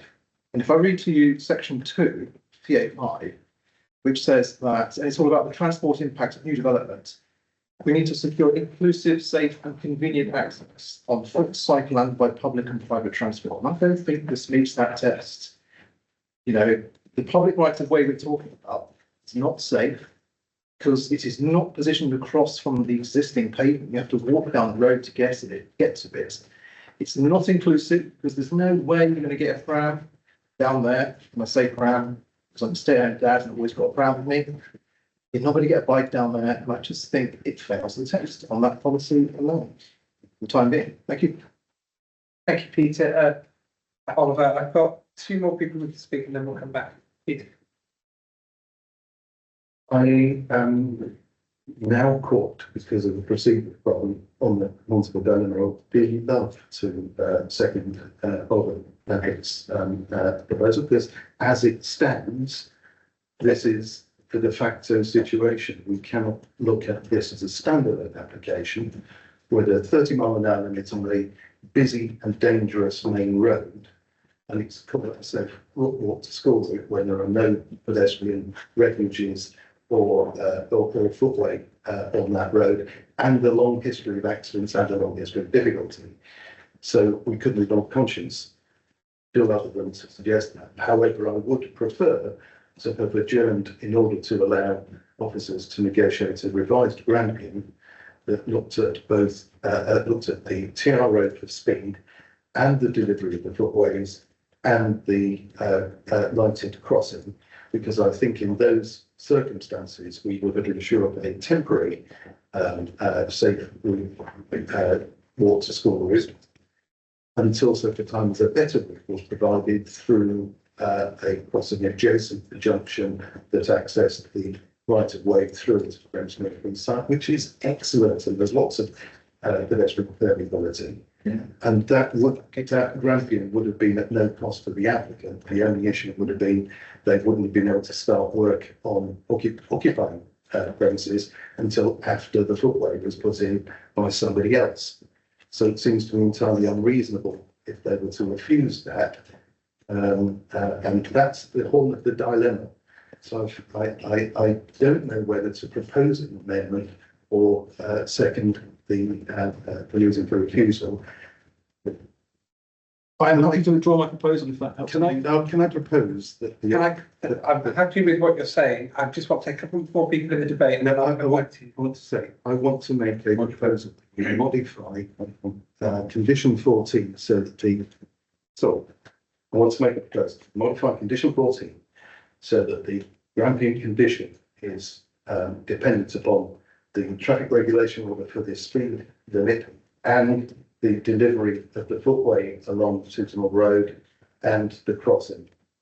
Yeah, thank you. I'll acknowledge that. So Councillor Patrick has withdrawn his proposal. Yeah.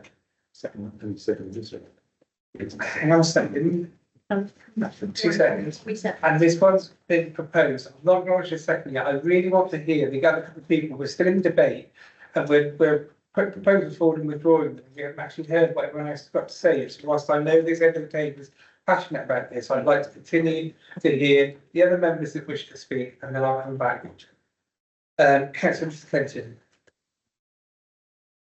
Thank you. So I do want to go first because a board member might have something more important than I have to say, but I still would like to speak. It's why I've been cut off so many times trying to come in as a board member, which is nice to come to me first. And every single time, Peter, you've jumped in. I'm also going to bring up, we need to be a bit more respectful towards the officers. I'm going to start bringing people up because this is disgusting behaviour and I hate coming to this committee because of behaviour in it. I will not be supporting this application. It is unsafe. I think we are forgetting the crossing at the top, where the pavement's joined. You have to go across the double roundabout. It's impossible. I've tried to walk there with my own grandson. I can't do it. So there is no safe route.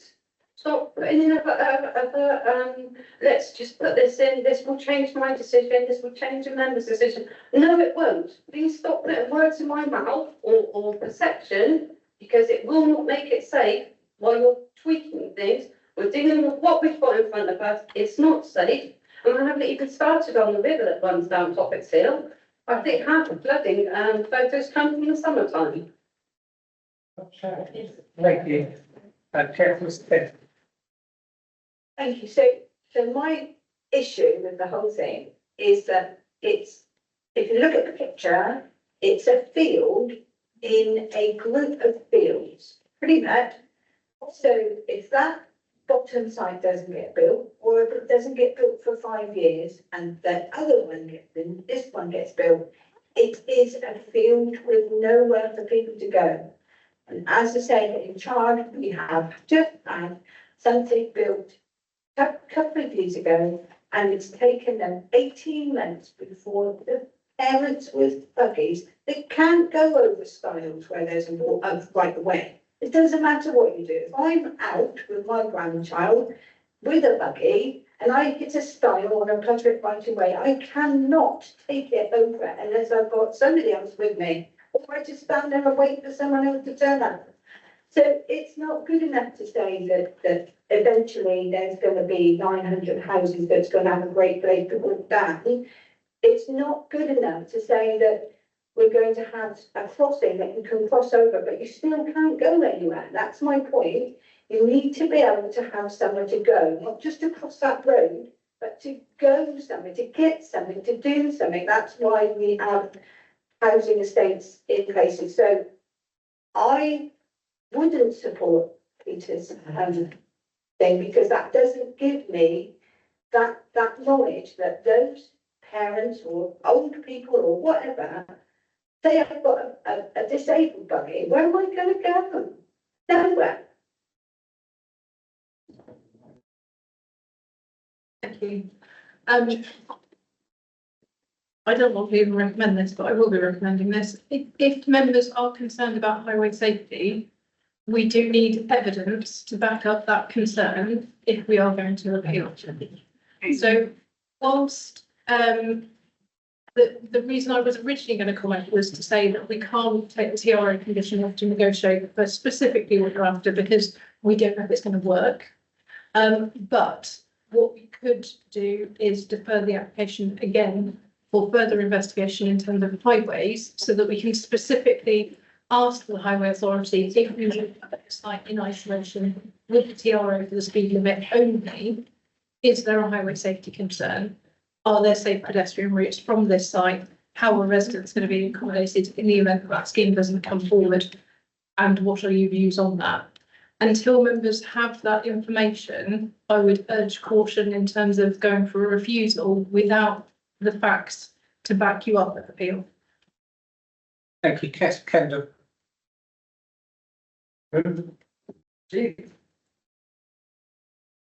I'll give you a fact now. If we go down there now, doesn't make it onto our pavement, but we'll cross the road where you're petitionally going to cross the road. I'm with Oliver Patrick on this, Councillor Patrick, there is a style. This is me. I can't deliver the bloody styles, how people with brands and all that are gonna try it, and then we're in the field where the right of way is. Then, well, hickory, I might be able to walk through it, maybe not, but damn not sure I couldn't push a buggy. When I get to the end, Councillor Evie Fox Jones says about you come out, but you don't come out, it's all blocked off now, so people can't use the right of way, but you come out of there, there's no pavement. You have to sort of take the life in your own hand and walk round the corner to cross the road in Thorn Lane, to get onto a pavement. This is not a pavement this side, so I think people should go and do a site visit and just walk these answers that you're being given. They're not factual. The right of way is in the field. You cannot access the field because it's blocked off there. But the other end, now where the pedestrian, where the development's going to be, yes, you can cross the road there. 30, 40, you can't go much more than 30 down anyway because the road, you've got the bend. So I understand we'll reduce the TRO and all that, but the fact of the matter is, you can't do it now. And if the development gets done, you certainly not going to do it then unless the big site decides that they're going to put a better right of way in there and make the end of the right of way proper. But I still go back to this traffic plan of Yeovil. I've got to keep bringing it up, and I know you're looking at me in a sour way, but there's supposed to be a cycle plan. The other side of Yeovil was fantastic, but that's all new. We are putting something new up, and we're not putting it in the cycle path in or nothing. Rave over. Thank you. Yes, Hopkins. I have just taken a photo, so if you want evidence, if you give me an email address now, I will send you where it's not safe. If that's what's required. Yes, okay. Thank you, Chair. I find this application quite difficult. I think we have an awful lot of applications that come to us where we end up debating the sustainability. And we have an application site here that pretty much is truly sustainable, but we do have some issues, and I do share those issues around pedestrian safety. I mean, I think at this point, I would be cautious, I would take the officer's advice, very cautious about refusing it without the evidence, and I would like to necessarily second Councillor Seaver's proposal. Yes, Steve. Yes, my original proposal was to ask voters to go away and sort out the grant bin. It's quite clear that that should be recorded once the officer applies, because actually what we should do is asking for an adjournment so that the officers can demonstrate compliance with TA5. Because the issue is not that we, as I said, prove it's unsafe, it's the officer should be proving that it is safe. And in this particular case, members have pointed out yawning gaps in that case, and so we need highways officer to come, and we probably need a redesign of the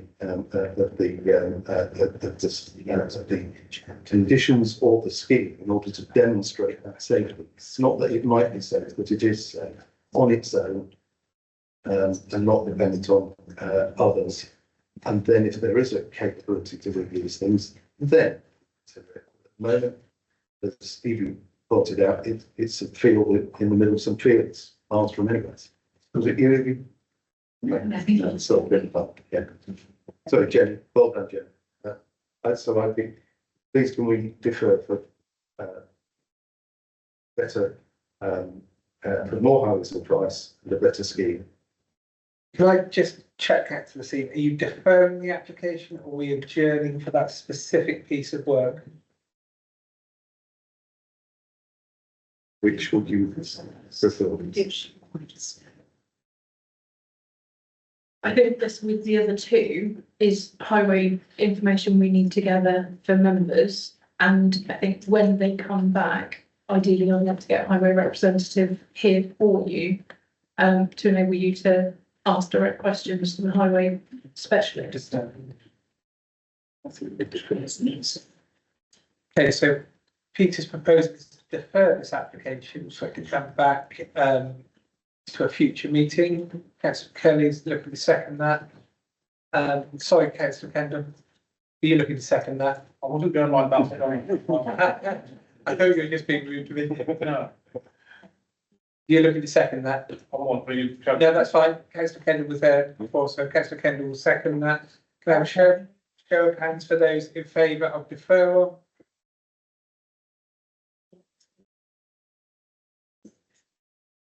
Nine. Is that a hand? Nine. Against deferral? Eight. No, so it's under nine. Nine, yeah. Against deferral, 2. And is that everyone? Yeah. Yeah, so it's 9 and 2. Do I ask? Sorry, Chair, can I just ask, when this comes back, to have some better photos, rather than you're taking people's, local knowledge at hand, so maybe someone standing in the field on the footpath. Can I ask that if any members wish to have any further photographs or anything else, if they email into the case officer, and they can actually take all that on board? Who are emailing? Linda. Linda. Yes, it is. Okay, thank you very much. So that motion is carried. The deferral report, everyone disappears on me. We've got one last agenda item, which is item 9, which is the appeals decision, and they are there in your pack for noting. Thank you very much, members. Can I ask everyone, all members, to hang on, just stay seated a second, but I'll close the meeting at 10 to 6.